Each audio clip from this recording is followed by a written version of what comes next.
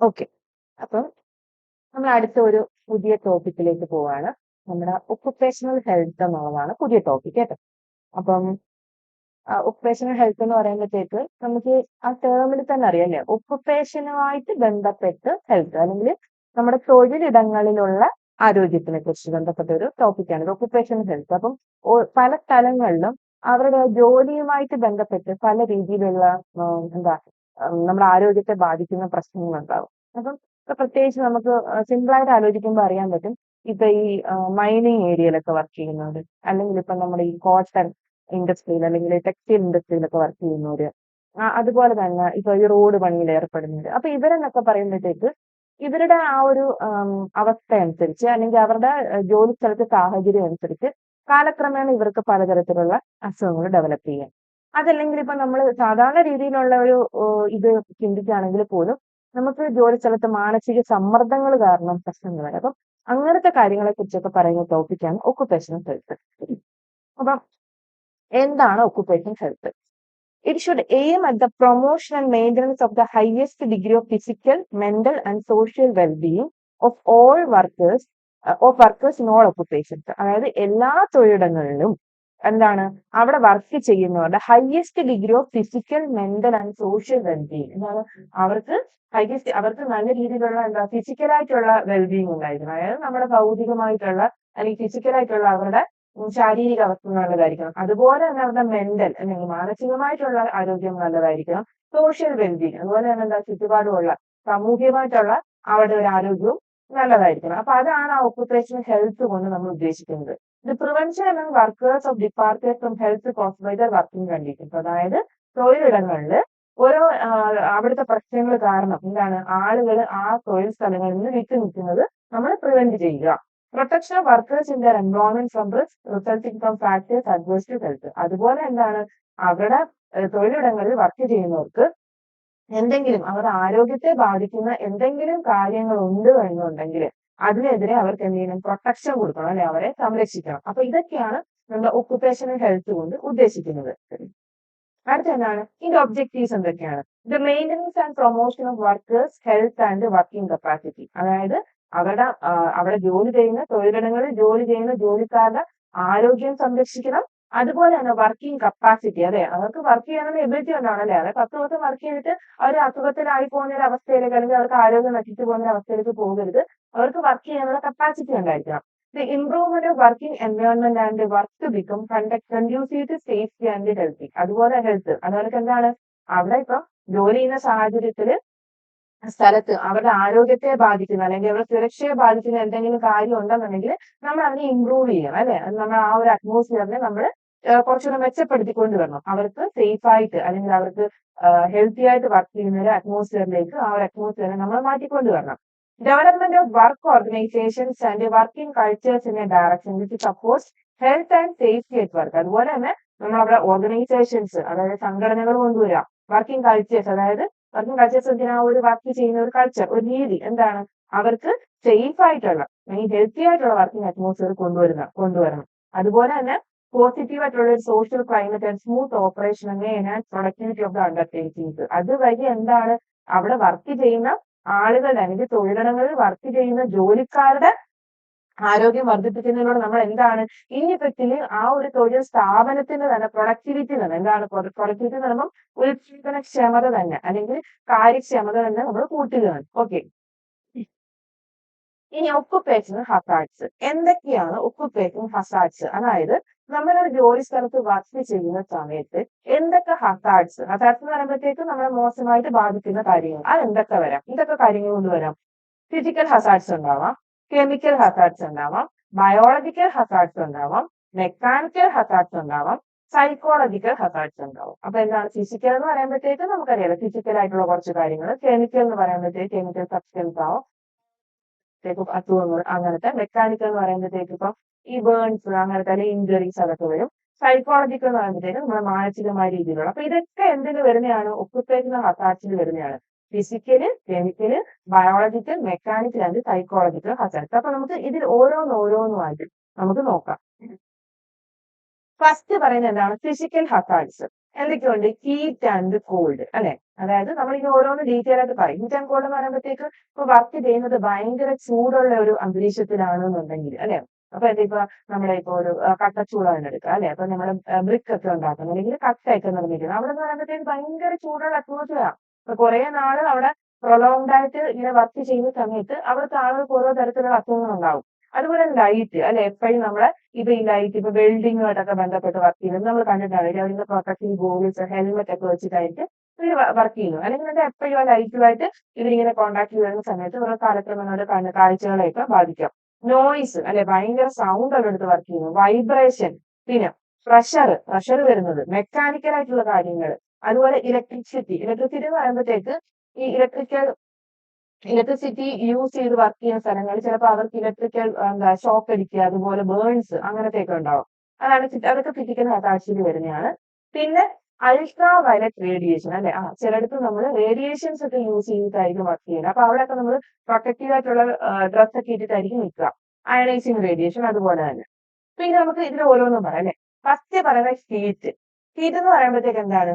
Burns വരും. Burns പറയുമ്പോഴത്തേക്ക് ചൂട് കാരണം പൊള്ളൽ വരും അല്ലെ. ഇപ്പൊ നമ്മളിപ്പോ ഒരു ഫാക്ടറിയിൽ വർക്ക് ചെയ്യുന്ന ആളുകൾ അവര് എന്താണ് ഭയങ്കര ചൂട് യൂസ് ചെയ്ത് വർക്ക് ചെയ്യുന്ന അല്ലെങ്കിൽ അവിടെ ഹീറ്റ് ആയിട്ടുള്ള കാര്യങ്ങളാണ് ചെയ്യുന്നതായിരിക്കും. അതായത് ഒരു ഗ്ലാസ് ഫാക്ടറിയിൽ വർക്ക് ചെയ്യുന്ന ആളാണ് അല്ലെ. അപ്പം അവിടെ സൂക്ഷിച്ച് എല്ലാ കാര്യങ്ങളും ചെയ്യുന്നുണ്ടെങ്കിൽ അയാൾക്ക് പൊള്ളലേൽക്കാം, ബേൺസ് വരാം. ഹീറ്റ് എക്സോഷൻ, കുറെ നേരം ചൂടിൽ നിന്ന് വർക്ക് ചെയ്യുമ്പോഴത്തേക്ക് എന്ത് ചെയ്യും? ഹീറ്റ് കാരണം എക്സോഷൻ ആവും, ഭയങ്കരമായിട്ട് അത് ക്ഷീണിക്കും അല്ലെ. നമുക്ക് തന്നെ അറിയാം ഇപ്പൊ ഒരു മാർച്ച് ഏപ്രിൽ സമയമൊക്കെ ആവുമ്പോഴത്തേക്ക് എന്താണ് പൊതുവെ ഈ നമ്മളെ പുറം പണിക്കൊക്കെ നിൽക്കുന്നവരാണ്. അല്ലെങ്കിൽ വീട്ടിലിങ്ങനെ നമ്മളെ പുറത്ത് പറമ്പിലൊക്കെ ജോലിക്കൊക്കെ നിൽക്കുന്നവരെന്ന് പറയുമ്പോഴത്തേക്ക് ഇഷ്ടംപോലെ വെള്ളം കുടിക്കണം, അല്ലെങ്കിൽ ഇടയ്ക്കിടയ്ക്ക് തണലത്തോട്ട് മാറി വിശ്രമിക്കാനൊക്കെ പറയും. ഇല്ലെങ്കിൽ എന്താണ് ഈ സൂര്യന്റെ ചൂട് കാരണം ഇവർക്ക് എക്സോഷൻ വരും. അതുപോലെ തന്നെ ഹീറ്റ് സ്ട്രോക്ക് വരാം അല്ലെ. സൺ സ്ട്രോക്ക് പോലെ ഹീറ്റ് സ്ട്രോക്ക്, അതായത് ഭയങ്കര ചൂടടിച്ചിട്ട് ഇവർക്ക് ഇങ്ങനെ ഹീറ്റ് സ്ട്രോക്ക് വരാം. അല്ലെങ്കിൽ നമ്മുടെ സൂര്യാഘാതം എന്നൊക്കെ പറയുന്നത് ഹീറ്റ് കാരണമുള്ള സ്ട്രോക്ക് വരാം. ഹീറ്റ് ക്രാംസ് വരാം. ഹീറ്റ് ക്രാംസ് എന്ന് പറയുമ്പോഴത്തേക്ക് നമ്മൾ ഈ ഭയങ്കര ചൂടുള്ള അറ്റ്മോസ്ഫിയറിലൊക്കെ വർക്ക് ചെയ്യുന്ന സമയത്ത് നമ്മുടെ മസിൽസിൽ ഇങ്ങനെ ഈ മസിൽ പിടിക്കാൻ വരത്തില്ല, കൊച്ചി പിടിക്കാന്ന് പറയുന്ന അങ്ങനെ ഹീറ്റ് ക്രാംസ് വരും. പിന്നെ ഡിക്രീസ് എഫിഷ്യൻസി അല്ലെ. നമ്മൾ കുറെ നേരം ഭയങ്കര ചൂടുള്ള അറ്റ്മോസ്ഫിയർ നിൽക്കുകയാണെങ്കിൽ നമുക്ക് ആദ്യം ചെയ്ത പോലെ അല്ലെങ്കിൽ തുടർച്ചയായിട്ട് ഒരേ എഫിഷ്യൻസിയിൽ നമുക്ക് ചെയ്യാൻ പറ്റില്ല. കുറച്ചു നേരം കഴിയുമ്പോഴത്തേക്കും നമ്മൾ ഭയങ്കര ടയേർഡ് ആവും, നമ്മൾ ഭയങ്കര വീക്ക് ആവും. അപ്പൊ നമ്മുടെ എഫിഷ്യൻസി അല്ലെങ്കിൽ നമ്മുടെ പ്രൊഡക്ടിവിറ്റി, നമ്മുടെ കാര്യക്ഷമത കുറയും. പിന്നെ ഇൻക്രീസ് ഫറ്റീഗ്, എന്താണ് നമ്മുടെ ക്ഷീണം ഭയങ്കരമായിട്ട് കൂടും. അതുപോലെ തന്നെ എൻഹാൻസ്ഡ് ആക്സിഡന്റ് റേറ്റ് അല്ലെ. അതുപോലെ തന്നെ ആക്സിഡന്റുകൾ കൂടാ ഇത് കാരണം, അതായത് ചൂട് കാരണമുള്ള ആക്സിഡന്റുകൾ കൂടാനുള്ള സാധ്യതകളുണ്ട്. പിന്നെ അതുപോലെ തന്നെ കോൾഡ്, അപ്പൊ ഹീറ്റിൽ വർക്ക് ചെയ്യുന്നതൊക്കെ തന്നെയാണ് കോൾഡിൽ അല്ലെ. ഇപ്പൊ നമ്മൾ ഈ സോൾജിയേഴ്സ് ഒക്കെ അല്ലെങ്കിൽ പട്ടാളക്കാരൊക്കെ എന്താണ് ഇതിങ്ങനെ മഞ്ഞുള്ള സ്ഥലങ്ങളൊക്കെ വർക്ക് ചെയ്യുന്ന സമയത്ത് അവരൊക്കെ പറഞ്ഞ് നമ്മൾ കേട്ടിട്ടുണ്ടായിരിക്കും അല്ലെ. ചിൽ ബ്രെയിൻസ് വരും എന്ന് വെച്ചാൽ എന്താണ്, നമ്മളെ ഈ ഭയങ്കര തൊലി ഇങ്ങനെ ഭയങ്കരമായിട്ട് തണുത്തിട്ട് അപ്പൊ ഇതിങ്ങനെ ബൂട്ട് ഒക്കെ ഇട്ടിട്ട് പ്രൊട്ടക്റ്റീവ് ബൂട്ട് ഒക്കെ ഇട്ടിട്ടായിരിക്കും പോകുന്നത്. കയ്യിൽ ഗ്ലൗസ് ഒക്കെ ഇട്ട് ബൂട്ട് ഒക്കെ ഇട്ട് സ്വെറ്റേഴ്സ് ഒക്കെ ഇട്ട് ഭയങ്കര ഇത് ചൂട് നിലനിർത്തുന്ന രീതിയിലുള്ള ഡ്രസ്സിംഗ് ഒക്കെ ആയിരിക്കും അവർ യൂസ് ചെയ്യുന്നത്. അപ്പൊ ഇവര് ഐസിലൊക്കെ കുറെ നേരം അവർ പെട്ട് പോവുകയാണെങ്കിൽ ചിൽ ബ്രെയിൻസ് വരും. അതായത് നമ്മുടെ ഈ തൊലിപ്പുറത്ത് എന്താണ് ഇങ്ങനെ ചെറിയ ചുമന്നിട്ട് ബ്ലിസ്റ്റേഴ്സ് പോലെ വരും, ഭയങ്കര പെയിൻഫുൾ ആയിരിക്കും അത്. പിന്നെ അതുപോലെ തന്നെ ചില കേസിൽ ഈ ബ്ലിസ്റ്റേഴ്സ് വന്നിട്ട് അവിടെ ബ്ലൂ കളറായിട്ട് ഈ വിരലുകൾ മുറിച്ച് പോകേണ്ട അവസ്ഥ വരെ വരും. ഫ്രോസ്റ്റ് ബൈറ്റ് എന്ന പോലത്തെ കണ്ടീഷനൊക്കെ വരും. പിന്നെ എറിത്രോസയനോസ്, എന്താണ് നമ്മുടെ സ്കിന്നൊക്കെ ബ്ലൂയിഷ് കളറേഷൻ അല്ലെ. തണുത്തിട്ട് എന്താണ് അങ്ങോട്ടേക്ക് ബ്ലഡ് സപ്ലൈ ഒക്കെ കുറയും. അങ്ങനെ എറിത്രോസയനോസിസ് വരും, അവിടേക്ക് ബ്ലൂയിഷ് കളറായി എറിത്രോസയനോസ് വരും. ഇമേർഷൻ സൂട്ട് ഇതുപോലെ തന്നെ കുറെ നേരം നമ്മൾ പ്രൊലോങ്ഡ് ആയിട്ട് കോൾഡ് അറ്റ്മോസ്ഫിയറിൽ വർക്ക് ചെയ്യുന്ന സമയത്ത് നമുക്ക് വരുന്ന കണ്ടീഷനാണ് immersion suit. Frost bite as a result of cutaneous vaso constriction, നമ്മൾ നേരത്തെ പറഞ്ഞില്ലേ. അതായത് ഈ കൈവേലികളൊക്കെ ഇങ്ങനെ തണുത്ത് കോച്ചിട്ട് എന്താണ് ഇങ്ങനെ അത് മുറിച്ച് കളയേണ്ട ഒരു അവസ്ഥ വരും, അത്രയ്ക്ക് തണുത്തിട്ട്. പിന്നെ ജനറൽ ഹൈപ്പോതെർമിയ എന്ന് വെച്ചാൽ നമ്മുടെ ബോഡിയുടെ ടെമ്പറേച്ചർ കുറയുന്ന ഒരു അവസ്ഥയാണ്. ഹൈപ്പർ എന്ന് വെച്ചാൽ ടെമ്പറേച്ചർ കൂടും. ഹൈപ്പോതെർമിയ എന്ന് പറയുമ്പോഴത്തേക്ക് കുറെ നേരം നിൽക്കുമ്പോഴത്തേക്ക് എന്താണ് നമ്മുടെ ബോഡിയുടെ ഇപ്പൊ തണുത്ത അറ്റ്മോസ്ഫിയർ നമ്മൾ വർക്ക് ചെയ്യുമ്പോൾ നമ്മുടെ ബോഡിയുടെ ഹീറ്റ് കുറഞ്ഞു വരികയാണ്. അപ്പൊ എന്ത് ചെയ്യും? ജനറൽ ഹൈപ്പോതെർമിയ വരും, നമ്മുടെ ബോഡി ഭയങ്കര കോൾഡ് ഒരു അവസ്ഥയിലേക്ക് പോകും അല്ലെ. നമ്മൾ കഴിഞ്ഞ ക്ലാസ്സിൽ പറഞ്ഞിരുന്ന ഒരു എക്സാമ്പിൾ എന്താണ്, നമ്മുടെ ഹെലൻ മൂവിക്കകത്ത് ആ നായിക ഒരു കോൾഡ് ഫ്രീസറിനകത്ത് പെട്ടുപോകുന്ന സമയത്ത് പുള്ളിക്കാരുടെ ബോഡിയിൽ സംഭവിക്കുന്നില്ലേ. അപ്പൊ അതെന്നൊക്കെ വെച്ചാൽ കോൾഡ്, അങ്ങനത്തെ കോൾഡ് അറ്റ്മോസ്ഫിയറിൽ കുറെ നേരം വർക്ക് ചെയ്യേണ്ടി വരുമ്പോൾ നമ്മൾ പ്രൊട്ടക്റ്റീവ് ആയിട്ടുള്ള ഗ്ലൗസും മെഷേഴ്സും ഒക്കെ എടുത്തിട്ടില്ലാന്നുണ്ടെങ്കിൽ ഈ പറഞ്ഞ കണ്ടീഷൻസ് ഒക്കെ ഉണ്ടാവും. പിന്നെ ലൈറ്റ് എന്താണ്? Acute effects of poor illumination, അതായത് നമ്മൾ വർക്ക് ചെയ്യുന്ന സമയത്ത് ഓരോ സ്ഥലത്തും, അതായത് ഇപ്പൊ ഭയങ്കര ഹൈ പ്രെസിഷൻ വേണം, അതായത് ഭയങ്കര സൂക്ഷ്മമായിട്ട് കാര്യങ്ങൾ ചെയ്യുന്ന സ്ഥലത്താണെങ്കിൽ നല്ല ലൈറ്റിംഗ് വേണം അല്ലെ. അല്ലെങ്കിൽ എന്ത് സംഭവിക്കും, നമുക്ക് ഐ സ്ട്രെയിൻ വരും. നമുക്ക് തന്നെ അറിയാം, നമ്മളിപ്പോ ഒരു റൂമിലിരുന്ന് പുസ്തകം വായിക്കുകയാണ്. പുസ്തകം വായിക്കുന്ന സമയത്ത് ആ മുറിയിൽ ആവശ്യത്തിന് ലൈറ്റ് ഇല്ലെങ്കിൽ കുറെ നേരം കഴിഞ്ഞിട്ട് നമ്മൾ കണ്ണിന് ഭയങ്കര സ്ട്രെയിൻ ആവും, തലവേദന വരും, ഐ പെയിൻ അല്ലെ, കണ്ണ് വേദനിക്കും, ലാക്രിമേഷൻ, കണ്ണിൽ നിന്ന് വെള്ളം വരും. അപ്പൊ ഇതൊക്കെ acute effects of poor illumination ആണ്. അതുപോലെ തന്നെ കണ്ടീഷൻ അറൗണ്ട് തോന്നി, നമ്മുടെ കണ്ണിന് ചുറ്റും ഒരു വിങ്ങല് പോലൊക്കെ തോന്നും. ഐ ഫറ്റീഗ്, കണ്ണ് ഭയങ്കര വീക്ക്നെസ്, ടയേർഡ് ആയിട്ട് തോന്നും. പിന്നെന്താ, chronic effects on the health include miners nystagmus. Nystagmus എന്ന് പറയുന്നത് നമ്മുടെ കണ്ണിന്റെ ഇങ്ങനെ വേദനയും ക്ഷീണവും എല്ലാം വരുന്ന ഒരു കണ്ടീഷനാണ്. മൈനേഴ്സ് നിസ്റ്റാഗ്മസ് എന്ന് പറയുമ്പോഴത്തേക്ക് ഈ കോൾ മൈൻസ്, അതായത് നമ്മുടെ കൽക്കരി മൈനുകളുണ്ടല്ലോ, കൽക്കരി പാടങ്ങൾ എന്നൊക്കെ പറയുന്നത്. അപ്പൊ അവിടെയൊക്കെ വർക്ക് ചെയ്യുന്ന ആളുകൾക്ക്, അല്ലെങ്കിൽ ഈ മൈനിങ് ഏരിയയിലൊക്കെ വർക്ക് ചെയ്യുന്നവർക്ക് വരുന്ന കണ്ണിന്റെ, അപ്പൊ അവരെന്ന് പറയുമ്പോഴത്തേക്ക് എന്താണ്, നമ്മുടെ ഇപ്പം ഈ ഖനികളിലൊക്കെ വർക്ക് ചെയ്യുന്ന സമയത്ത് അവിടെയൊക്കെ ആവശ്യത്തിന് വെട്ടമൊന്നും കാണത്തില്ല. അപ്പം ഇവരുടെ കണ്ണിന്റെ സ്ട്രെയിൻ കാരണം ഇവർക്ക് വരുന്ന ഒരു കണ്ടീഷനാണ് മൈനേഴ്സ് നിസ്റ്റാഗ്മസ് എന്ന് പറയുന്നത്. ഓക്കെ, പിന്നെ എന്താണ് നോയ്സ്. ഓക്കെ, അപ്പൊ അടുത്ത നോയ്സും ഒരു പ്രശ്നമാണ് അല്ലെ. ഇതൊക്കെ ഫിസിക്കൽ ആയിട്ടുള്ള ഹസാർഡ്സ് ആണ്. അപ്പൊ നോയ്സിൽ എന്താണ്, ഓഡിറ്ററി ഇഫക്ട്സ് ഉണ്ട്. ഓഡിറ്ററി ഇഫക്ട്സും നോൺ ഓഡിറ്ററി ഉണ്ട്. ഓഡിറ്ററി എന്ന് പറയുമ്പോഴത്തേക്ക് നമ്മുടെ കേൾവിക്കുറവിലുണ്ടാകുന്ന പ്രശ്നം എന്താണ്, temporary or permanent hearing loss. നമുക്കറിയാം, ഇപ്പൊ ശിവകാശിയിലൊക്കെ പോയിട്ടുണ്ടെങ്കിൽ അവിടെ കൂടുതൽ ആളുകളും ഈ പടക്ക നിർമ്മാണം അല്ലെങ്കിൽ ഇങ്ങനെ വെടിമരുന്ന് ശാലയിലൊക്കെ വർക്ക് ചെയ്യുന്നതായിരിക്കും. അപ്പൊ ഇവര് കുറെ നാളായിട്ട് എന്താണ്, ഈ പടക്കങ്ങൾ ഈ സൗണ്ടുമായിട്ട് ഇങ്ങനെ കയറ്റി കിടക്കുന്നവരെ, ഇപ്പൊ നമ്മുടെ അടുത്തൊക്കെയുള്ള അമ്പലങ്ങളിൽ തന്നെ അറിയാം, അതായത് ഈ വെടിയൊക്കെ പൊട്ടിക്കുന്നവരുണ്ടായിരിക്കും. അപ്പം എന്താണ്, ഇവർ സ്ഥിരമായിട്ട് ആ ഒരു ഇത് കയറ്റി ഇവരുടെ ചെവിക്ക് കാലക്രമേണ എന്ത് സംഭവിക്കും, temporary or permanent hearing loss വരും. അവരുടെ ചെവിക്ക് എന്ത് സംഭവിക്കും, അതായത് താൽക്കാലികമായോ അല്ലെങ്കിൽ പെർമനന്റ് ആയിട്ടോ ഉള്ള കേൾവിക്കുറവ് അല്ലെങ്കിൽ കേൾവി ഇല്ലായ്മ, കേൾവി നഷ്ടപ്പെടുന്ന അവസ്ഥയൊക്കെ ഉണ്ടാവും. പിന്നെ നോൺ ഓഡിറ്ററി ഇഫക്ട്സ് ആണ്, അതായത് ഇത് കേൾവിക്കുറവല്ലാതെ നോൺ ഓഡിറ്ററി ആയിട്ടുള്ള ഇഫക്ട്സ് എന്തൊക്കെ വരും, നെർവസ്നെസ് അല്ലെ. നമുക്ക് ഇങ്ങനെ എപ്പോഴും ഇങ്ങനെ ഭയങ്കര സൗണ്ട് ഉള്ള ഒരു അവസ്ഥയിൽ വർക്ക് ചെയ്യാമെങ്കിൽ എങ്ങനെ ആലോചിച്ച് നോക്ക്, നമുക്ക് ഭയങ്കര നെർവസ്നെസ്, ഭയങ്കര അസ്വസ്ഥതയായിരിക്കും. അതിപ്പോ നമുക്ക് ഇപ്പൊ ആലോചിച്ച് നോക്കും, നമ്മുടെ വീടിനകത്ത് ഒരു ഒരു പരിപാടി നടക്കുവാണ് അല്ലെ, രാവിലെ മുതൽ ഭയങ്കര സൗണ്ടാണ്, നമുക്ക് ഭയങ്കര അസ്വസ്ഥതയല്ലേ, നമുക്ക് ആ ഒരു അന്തരീക്ഷത്തിൽ നിന്ന് ജോലി ചെയ്യാനോ അല്ലെങ്കിൽ കോൺസെൻട്രേഷൻ ചെയ്യാനോ ഒന്നും പറ്റത്തില്ല. അപ്പൊ നെർവസ്നെസ്, ഫറ്റീഗ് അല്ലേ, ഭയങ്കര വീക്ക്നെസ്, ക്ഷീണം പോലെ തോന്നും. ഇന്റർഫറൻസ് വിത്ത് കമ്മ്യൂണിക്കേഷൻ വഴി സ്പീച്ച്, അടുത്തിരിക്കുന്ന ഒരാളോട് ഒരു കാര്യം പറയണമെങ്കിൽ പോലും എന്താണ്, ഇവർക്ക് കേൾക്കാൻ പറ്റത്തില്ല ഈ ഒരു പുറത്തുനിന്നുള്ള ഡിസ്റ്റർബൻസ് കാരണം. ഡിക്രീസ് എഫിഷ്യൻസി, നമ്മുടെ കാര്യക്ഷമത കുറയുന്ന ഒരവസ്ഥ. അനോയൻസ് എന്ന് നമുക്ക് ആകപ്പാട് ഒരു ഇറിറ്റബിലിറ്റി ആയിരിക്കും. അപ്പൊ ഇതൊക്കെ നോയ്സ് കൊണ്ട് ഉണ്ടാകുന്ന പ്രശ്നങ്ങളാണ്. ഇനി അടുത്ത എന്താണ്, വൈബ്രേഷൻ. ചില സ്ഥലങ്ങളൊക്കെ ഭയങ്കര വർക്ക് ചെയ്യുന്ന സ്ഥലത്ത് അവിടുത്തെ വലിയ എക്വിപ്മെന്റ്സ് അല്ലെങ്കിൽ വലിയ മെഷീനറീസിന്റെ ഒക്കെ വൈബ്രേഷൻ കാണും. അപ്പൊ ഈ വൈബ്രേഷൻ എക്സ്പോഷർ ആവുന്നതുകൊണ്ട് എന്ത് ചെയ്യാം, നമുക്ക് എന്താ, നമ്മുടെ ബോഡി പാർട്സിന്, പ്രത്യേകിച്ച് അത് ഹാൻഡ്സിന്റെ എൽബോസ് എന്ന് വെച്ചാൽ എന്താ, കൈമുട്ട്, ഷോൾഡേഴ്സ്, ഇവിടെയൊക്കെ എന്ത് ചെയ്യും, ഇഞ്ചുറീസ് ഉണ്ടാകാം. എന്താണ്, അവിടെ മുറിവുകളോ അങ്ങനത്തെ എന്തെങ്കിലും ഒക്കെ പ്രശ്നങ്ങൾ വരാം. അപ്പം അതൊക്കെ വൈബ്രേഷൻ ഡിഫക്റ്റ് ഒന്നാണ്. അപ്പൊ ഇത് വൈബ്രേഷൻ കൊണ്ട് ഇങ്ങനെ സംഭവിക്കുമെന്ന് നമുക്ക് തോന്നും, പക്ഷെ ഇത് കാലക്രമേണ ലോങ് ടേമിൽ ഉണ്ടാവുന്നതാണ്. അതുപോലെ നമ്മൾ വിചാരിക്കുന്നതൊക്കെ ഒരു ചെറിയ വൈബ്രേഷൻ ഇല്ല, ഭയങ്കര അതിഭീകരമായിട്ടുള്ള വൈബ്രേഷനിൽ പ്രൊലോങ്ഡ് ആയിട്ടുള്ള സാഹചര്യങ്ങളിൽ വർക്ക് ചെയ്യേണ്ടി വരുമ്പോഴായിരിക്കും ഇങ്ങനത്തെ സംഭവങ്ങൾ, അതായത് ഈ ജോയിന്റ്സ് ഓഫ് ഹാൻഡ്സ്, എൽബോസ്, ഷോൾഡേഴ്സിനെയൊക്കെ അത് അഫക്ട് ചെയ്യുന്നത്. അടുത്തത് പ്രഷർ.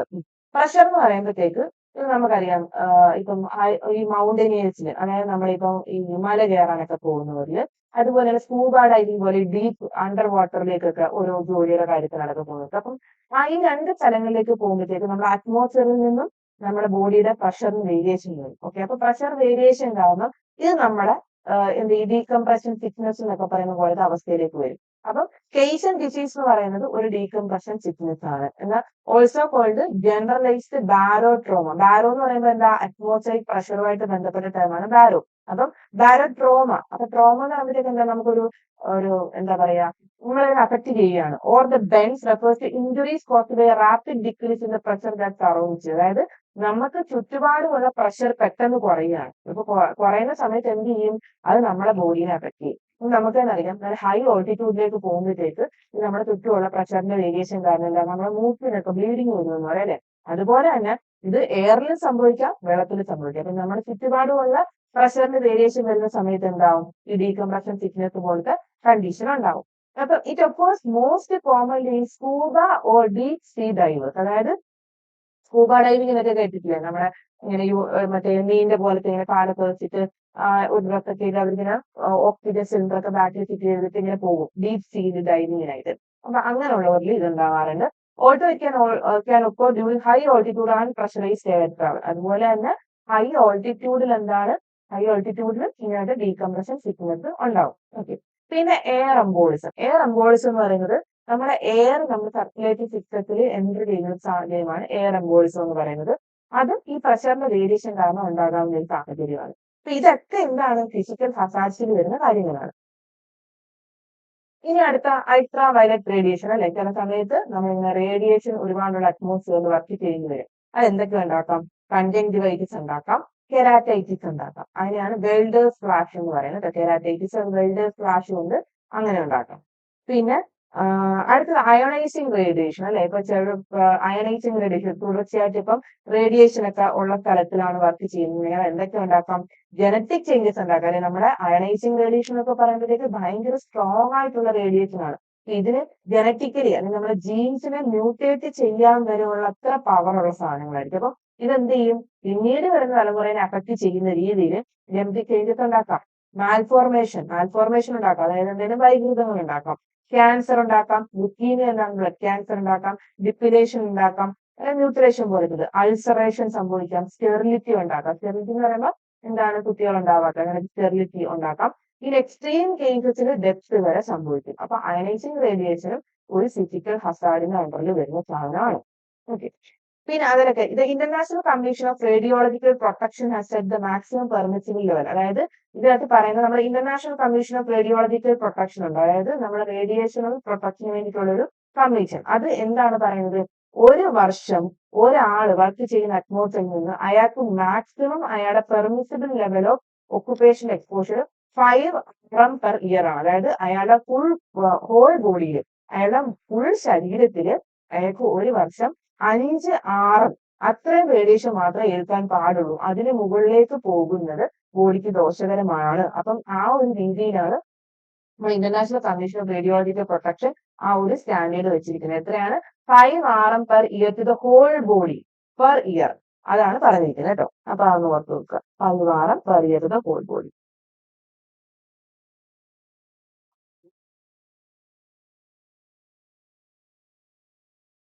ഓക്കെ.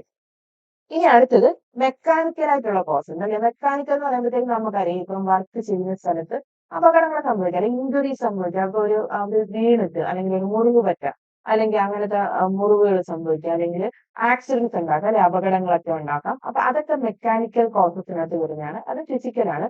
അതൊക്കെ ഇലക്ട്രിസിറ്റി അല്ലെ. ഇലക്ട്രിസിറ്റി എന്ന് പറയുമ്പോഴത്തേക്ക് അവിടെ വൈദ്യുത ഉപകരണങ്ങളിൽ നിന്നൊക്കെ നമുക്ക് ഷോക്ക് അടിച്ച് ബേൺസ് പോലത്തെയൊക്കെ സംഭവിക്കുന്നത്. അപ്പൊ ഇതെല്ലാം വരുന്നത് ഫിസിക്കൽ ഹസാർഡ്സിലാണ്. ഓക്കെ. ഇനി അടുത്ത കെമിക്കൽ ഹസാർഡ്സ്. കെമിക്കൽ ഹസാർഡ്സ് എന്ന് പറയുമ്പോൾ നമ്മൾ വർക്ക് ചെയ്യുന്ന സ്ഥലത്ത് കുറെ കെമിക്കൽസ് ഉണ്ടായിരിക്കും അല്ലെ, അല്ലെങ്കിൽ നമ്മൾ കെമിക്കൽ സബ്സ്റ്റൻസസ് ഉള്ള ഒരു സ്ഥലത്തായിരിക്കും നമ്മൾ വർക്ക് ചെയ്യേണ്ടി വരുന്നത്. അതിപ്പോ എന്ത് വേണേലും ആവാം. കെമിക്കൽസ് ഉണ്ടാക്കുന്ന ഇൻഡസ്ട്രി ആവാം. ഇപ്പം നമ്മൾ ഈ വളങ്ങൾ പോലത്തെ ടയർ ഇൻഡസ്ട്രി, ഡൈവി, ടെക്സ്റ്റൈൽസ്, ഇവിടെ എല്ലാം നമ്മൾ കെമിക്കൽസ് യൂസ് ചെയ്യുന്നുണ്ട്. ഓക്കെ. അപ്പം അവിടെ ലോക്കലായിട്ടുള്ള ആക്ഷൻ കാരണം പ്രശ്നങ്ങൾ വരാം. അല്ലെങ്കിൽ നമ്മൾ ഇതിങ്ങനെ കാലക്രമേണ ഇങ്ങനെ ഇൻജസ്റ്റ് ചെയ്തുകൊണ്ടിരിക്കുകയാണ് അല്ലെ, നമ്മൾ മൂക്കിലേക്ക് അകത്തേക്ക് പൊക്കോണ്ടിരിക്കുകയാണ് നമ്മൾ ശ്വാസം എടുക്കുന്ന സമയത്ത്. അതിലൊക്കെ തന്നെ എന്താണ് ഇൻഹലേഷൻ. ഇൻജക്ഷൻ നമ്മളെ കല്ലാണ്ട് പോകുന്നുണ്ട്, അല്ലെങ്കിൽ ഇൻഹലേഷനിലൂടെയും പോകുന്നുണ്ട്, മൂക്കിലൂടെയും പോകുന്നുണ്ട്. അപ്പൊ ഇതെല്ലാം എന്താണ്, ഇതിന്റെ കെമിക്കൽ ഹസാർഡ്സിൽ ഏതൊക്കെ രീതിയിൽ നമ്മൾ അഫക്ട് ചെയ്യാന്ന് പറയുകയാണ്. അല്ലെങ്കിൽ എന്താണ്, ഇപ്പൊ ഈ കെമിക്കൽസ് നമ്മുടെ ബോഡി പാർട്സുമായിട്ട് കോണ്ടാക്ട് വന്നിട്ട് ലോക്കലി ഉള്ള ആക്ഷനും ഉണ്ടാവാം. ഓക്കെ. പിന്നെ കെമിക്കൽ ഹസാർഡ്സിന്റെ ലോക്കൽ ആക്ഷൻ എന്തൊക്കെ ഉണ്ടാക്കും, അതായത് ഡെർമറ്റൈറ്റിസ് ഉണ്ടാക്കും. അല്ലെങ്കിൽ ഒരു കെമിക്കലുമായിട്ട് നമ്മുടെ ബോഡി കോണ്ടാക്ട് വരുമ്പോൾ എന്താ, അവിടെ ഇറിറ്റേഷൻ ഉണ്ടാക്കും, അല്ലെങ്കിൽ ഇൻഫ്ലമേഷൻ ഓഫ് ദി സ്കിൻ ഉണ്ടാക്കും. അതാണ് ഡെർമറ്റൈറ്റിസ്. എക്സീമ ഉണ്ടാക്കും, അതും ഒരു സ്കിൻ കണ്ടീഷൻ ആണ്. അൾസേഴ്സ് ഉണ്ടാക്കും, അല്ലെ. അൾസേഴ്സ് എന്ന് പറയുമ്പോൾ വ്രണങ്ങൾ പോലത്തെ. ഓക്കെ. അൾസേഴ്സ് എന്ന് പറയുമ്പോഴത്തേക്ക് കറക്റ്റ് ആയിട്ട് പറയുകയാണെങ്കിൽ ഇത് നമ്മുടെ സ്കിന്നിന്റെ സർഫത്താണെങ്കിൽ സ്കിന്നിന്റെ സർഫത്തിലുള്ള ഒരു ഡിപ്രഷൻ ആയിട്ട്, അതായത് ഒരു വോൺ ഔട്ട് ആയിട്ട് അവിടെ ഇങ്ങനെ ദ്രവിച്ചു പോകുന്ന പോലത്തെ ഒരു സംഭവത്തിനാണ് നമ്മൾ ഈ അൾസർ എന്ന് പറയുന്നത് കേട്ടോ. അപ്പൊ നേരത്തെ മറിച്ച് ഫസ്റ്റ്യൂസ് എന്ന് പറയുമ്പോഴത്തേക്ക് അവിടെ ഒരു ഗ്രോത്ത് പോലെ വരുന്നത്. അപ്പൊ ഒന്ന് പറഞ്ഞതേ ഉള്ളൂ മനസ്സിലാക്കാനായിട്ട്. അൾസേഴ്സ് വരാം. അതുപോലെ തന്നെ cancer by primary irritant action അല്ലെ. കുറെ നാളിങ്ങനെ ഒരു കെമിക്കൽ അപ്പാർട്ടുമായിട്ട് നമ്മൾ ലോക്കൽ ആക്ഷൻ വരുന്ന സമയത്ത് നമുക്ക് ക്യാൻസർ പോലത്തെ സംഭവങ്ങൾ വരാം. പിന്നെ ഇൻഹലേഷൻ അല്ലെ, ഇത് ലോക്കൽ ആക്ഷൻ ആണ് പറഞ്ഞത്. ഇൻഹലേഷൻ എന്താണ്, ഇൻഹലേഷൻ നമ്മൾ ആ കെമിക്കലുമായിട്ട് കോണ്ടാക്റ്റിൽ വരുമ്പോൾ നമ്മളിപ്പോ മാസ്ക് വെച്ചിട്ടുണ്ടായിരിക്കും, നമ്മൾ ഹെൽമെറ്റ് വെച്ചിട്ടുണ്ടായിരിക്കും, എന്നാൽ പോലും കുറെ നാൾ ലോങ് ഡ്യൂറേഷൻ നമ്മൾ അങ്ങനത്തെ കോണ്ടാക്ട് നമ്മൾ അതിനെ കുറേശ്ശെ ഇൻഹെയിൽ ചെയ്യുന്നുണ്ട്. അപ്പൊ എന്തൊക്കെ ഇൻഹെയിൽഡ് ആയിട്ട് പോവാം? ഡസ്റ്റ്, അതിന്റെ പൊടിപടലങ്ങൾ, അല്ലെങ്കിൽ ഇപ്പൊ നമ്മുടെ ആസ്ബസ്റ്റോസിസ്, സിലിക്കോസിസ് എന്നൊക്കെ പറയുമ്പോൾ അവിടെയൊക്കെ വർക്ക് ചെയ്യുന്ന സാഹചര്യങ്ങളിൽ ഇതിന്റെയൊക്കെ ചെറിയ മൈന്യൂട്ട് പാർട്ടിക്കിൾസ് ആണ് നമ്മുടെ ശരീരത്തിലേക്ക് എത്തുന്നത്. അപ്പൊ ഇൻഹലേഷൻ കൊണ്ടുവരും. പിന്നെ ഗ്യാസസ് അല്ലെ, ഗ്യാസസ് എന്ന് പറയുമ്പോഴത്തേക്ക് പലതരത്തിലുള്ള ഇപ്പൊ ഈ നൈട്രജൻ അല്ലെങ്കിൽ ഓക്സിജൻ, അങ്ങനെ ഓസോൺ, അങ്ങനത്തെ സാധനങ്ങളൊക്കെ അവിടെ ഒരുപാട് ഗ്യാസസ് ഒക്കെ യൂസ് ചെയ്യുമ്പോഴത്തേക്ക് അത് നമ്മൾ ഇൻഹെയിൽ ചെയ്യുന്നുണ്ടായിരിക്കും. Metals and their compounds, okay, മെറ്റൽസും അതിന്റെ കോമ്പൗണ്ട്സ്, അപ്പൊ ഇതൊക്കെ എങ്ങനെ ഇൻഹലേഷനിലൂടെ നമ്മുടെ ഉള്ളിലേക്ക് എത്തും. എന്നിട്ട് ഡസ്റ്റ് വരും. ഡസ്റ്റ് എന്ന് പറയുമ്പോൾ എന്താ? പൊടിപടലങ്ങൾ. പൊടിപടലങ്ങൾ എന്ന് പറയുമ്പോഴത്തേക്ക് 0.1 to 150 മൈക്രോൺ സൈസിലുള്ള ചെറിയ സോളിഡ് പാർട്ടിക്കിൾസ്, അതായത് ഇത് ഗ്യാസ് അല്ല, വാട്ടർ അല്ല, പകരം എന്താണ്? സോളിഡ് പാർട്ടിക്കിൾസ് ആണ്, അതായത് ഖരപദാർത്ഥങ്ങളാണ്. പക്ഷെ എന്താ, ഇതിന്റെ പാർട്ടിക്കിൾ സൈസ് എന്ന് പറയുന്നത് ഭയങ്കര കുഞ്ഞതാണ്, ഭയങ്കര ചെറുതാണ് അല്ലെ.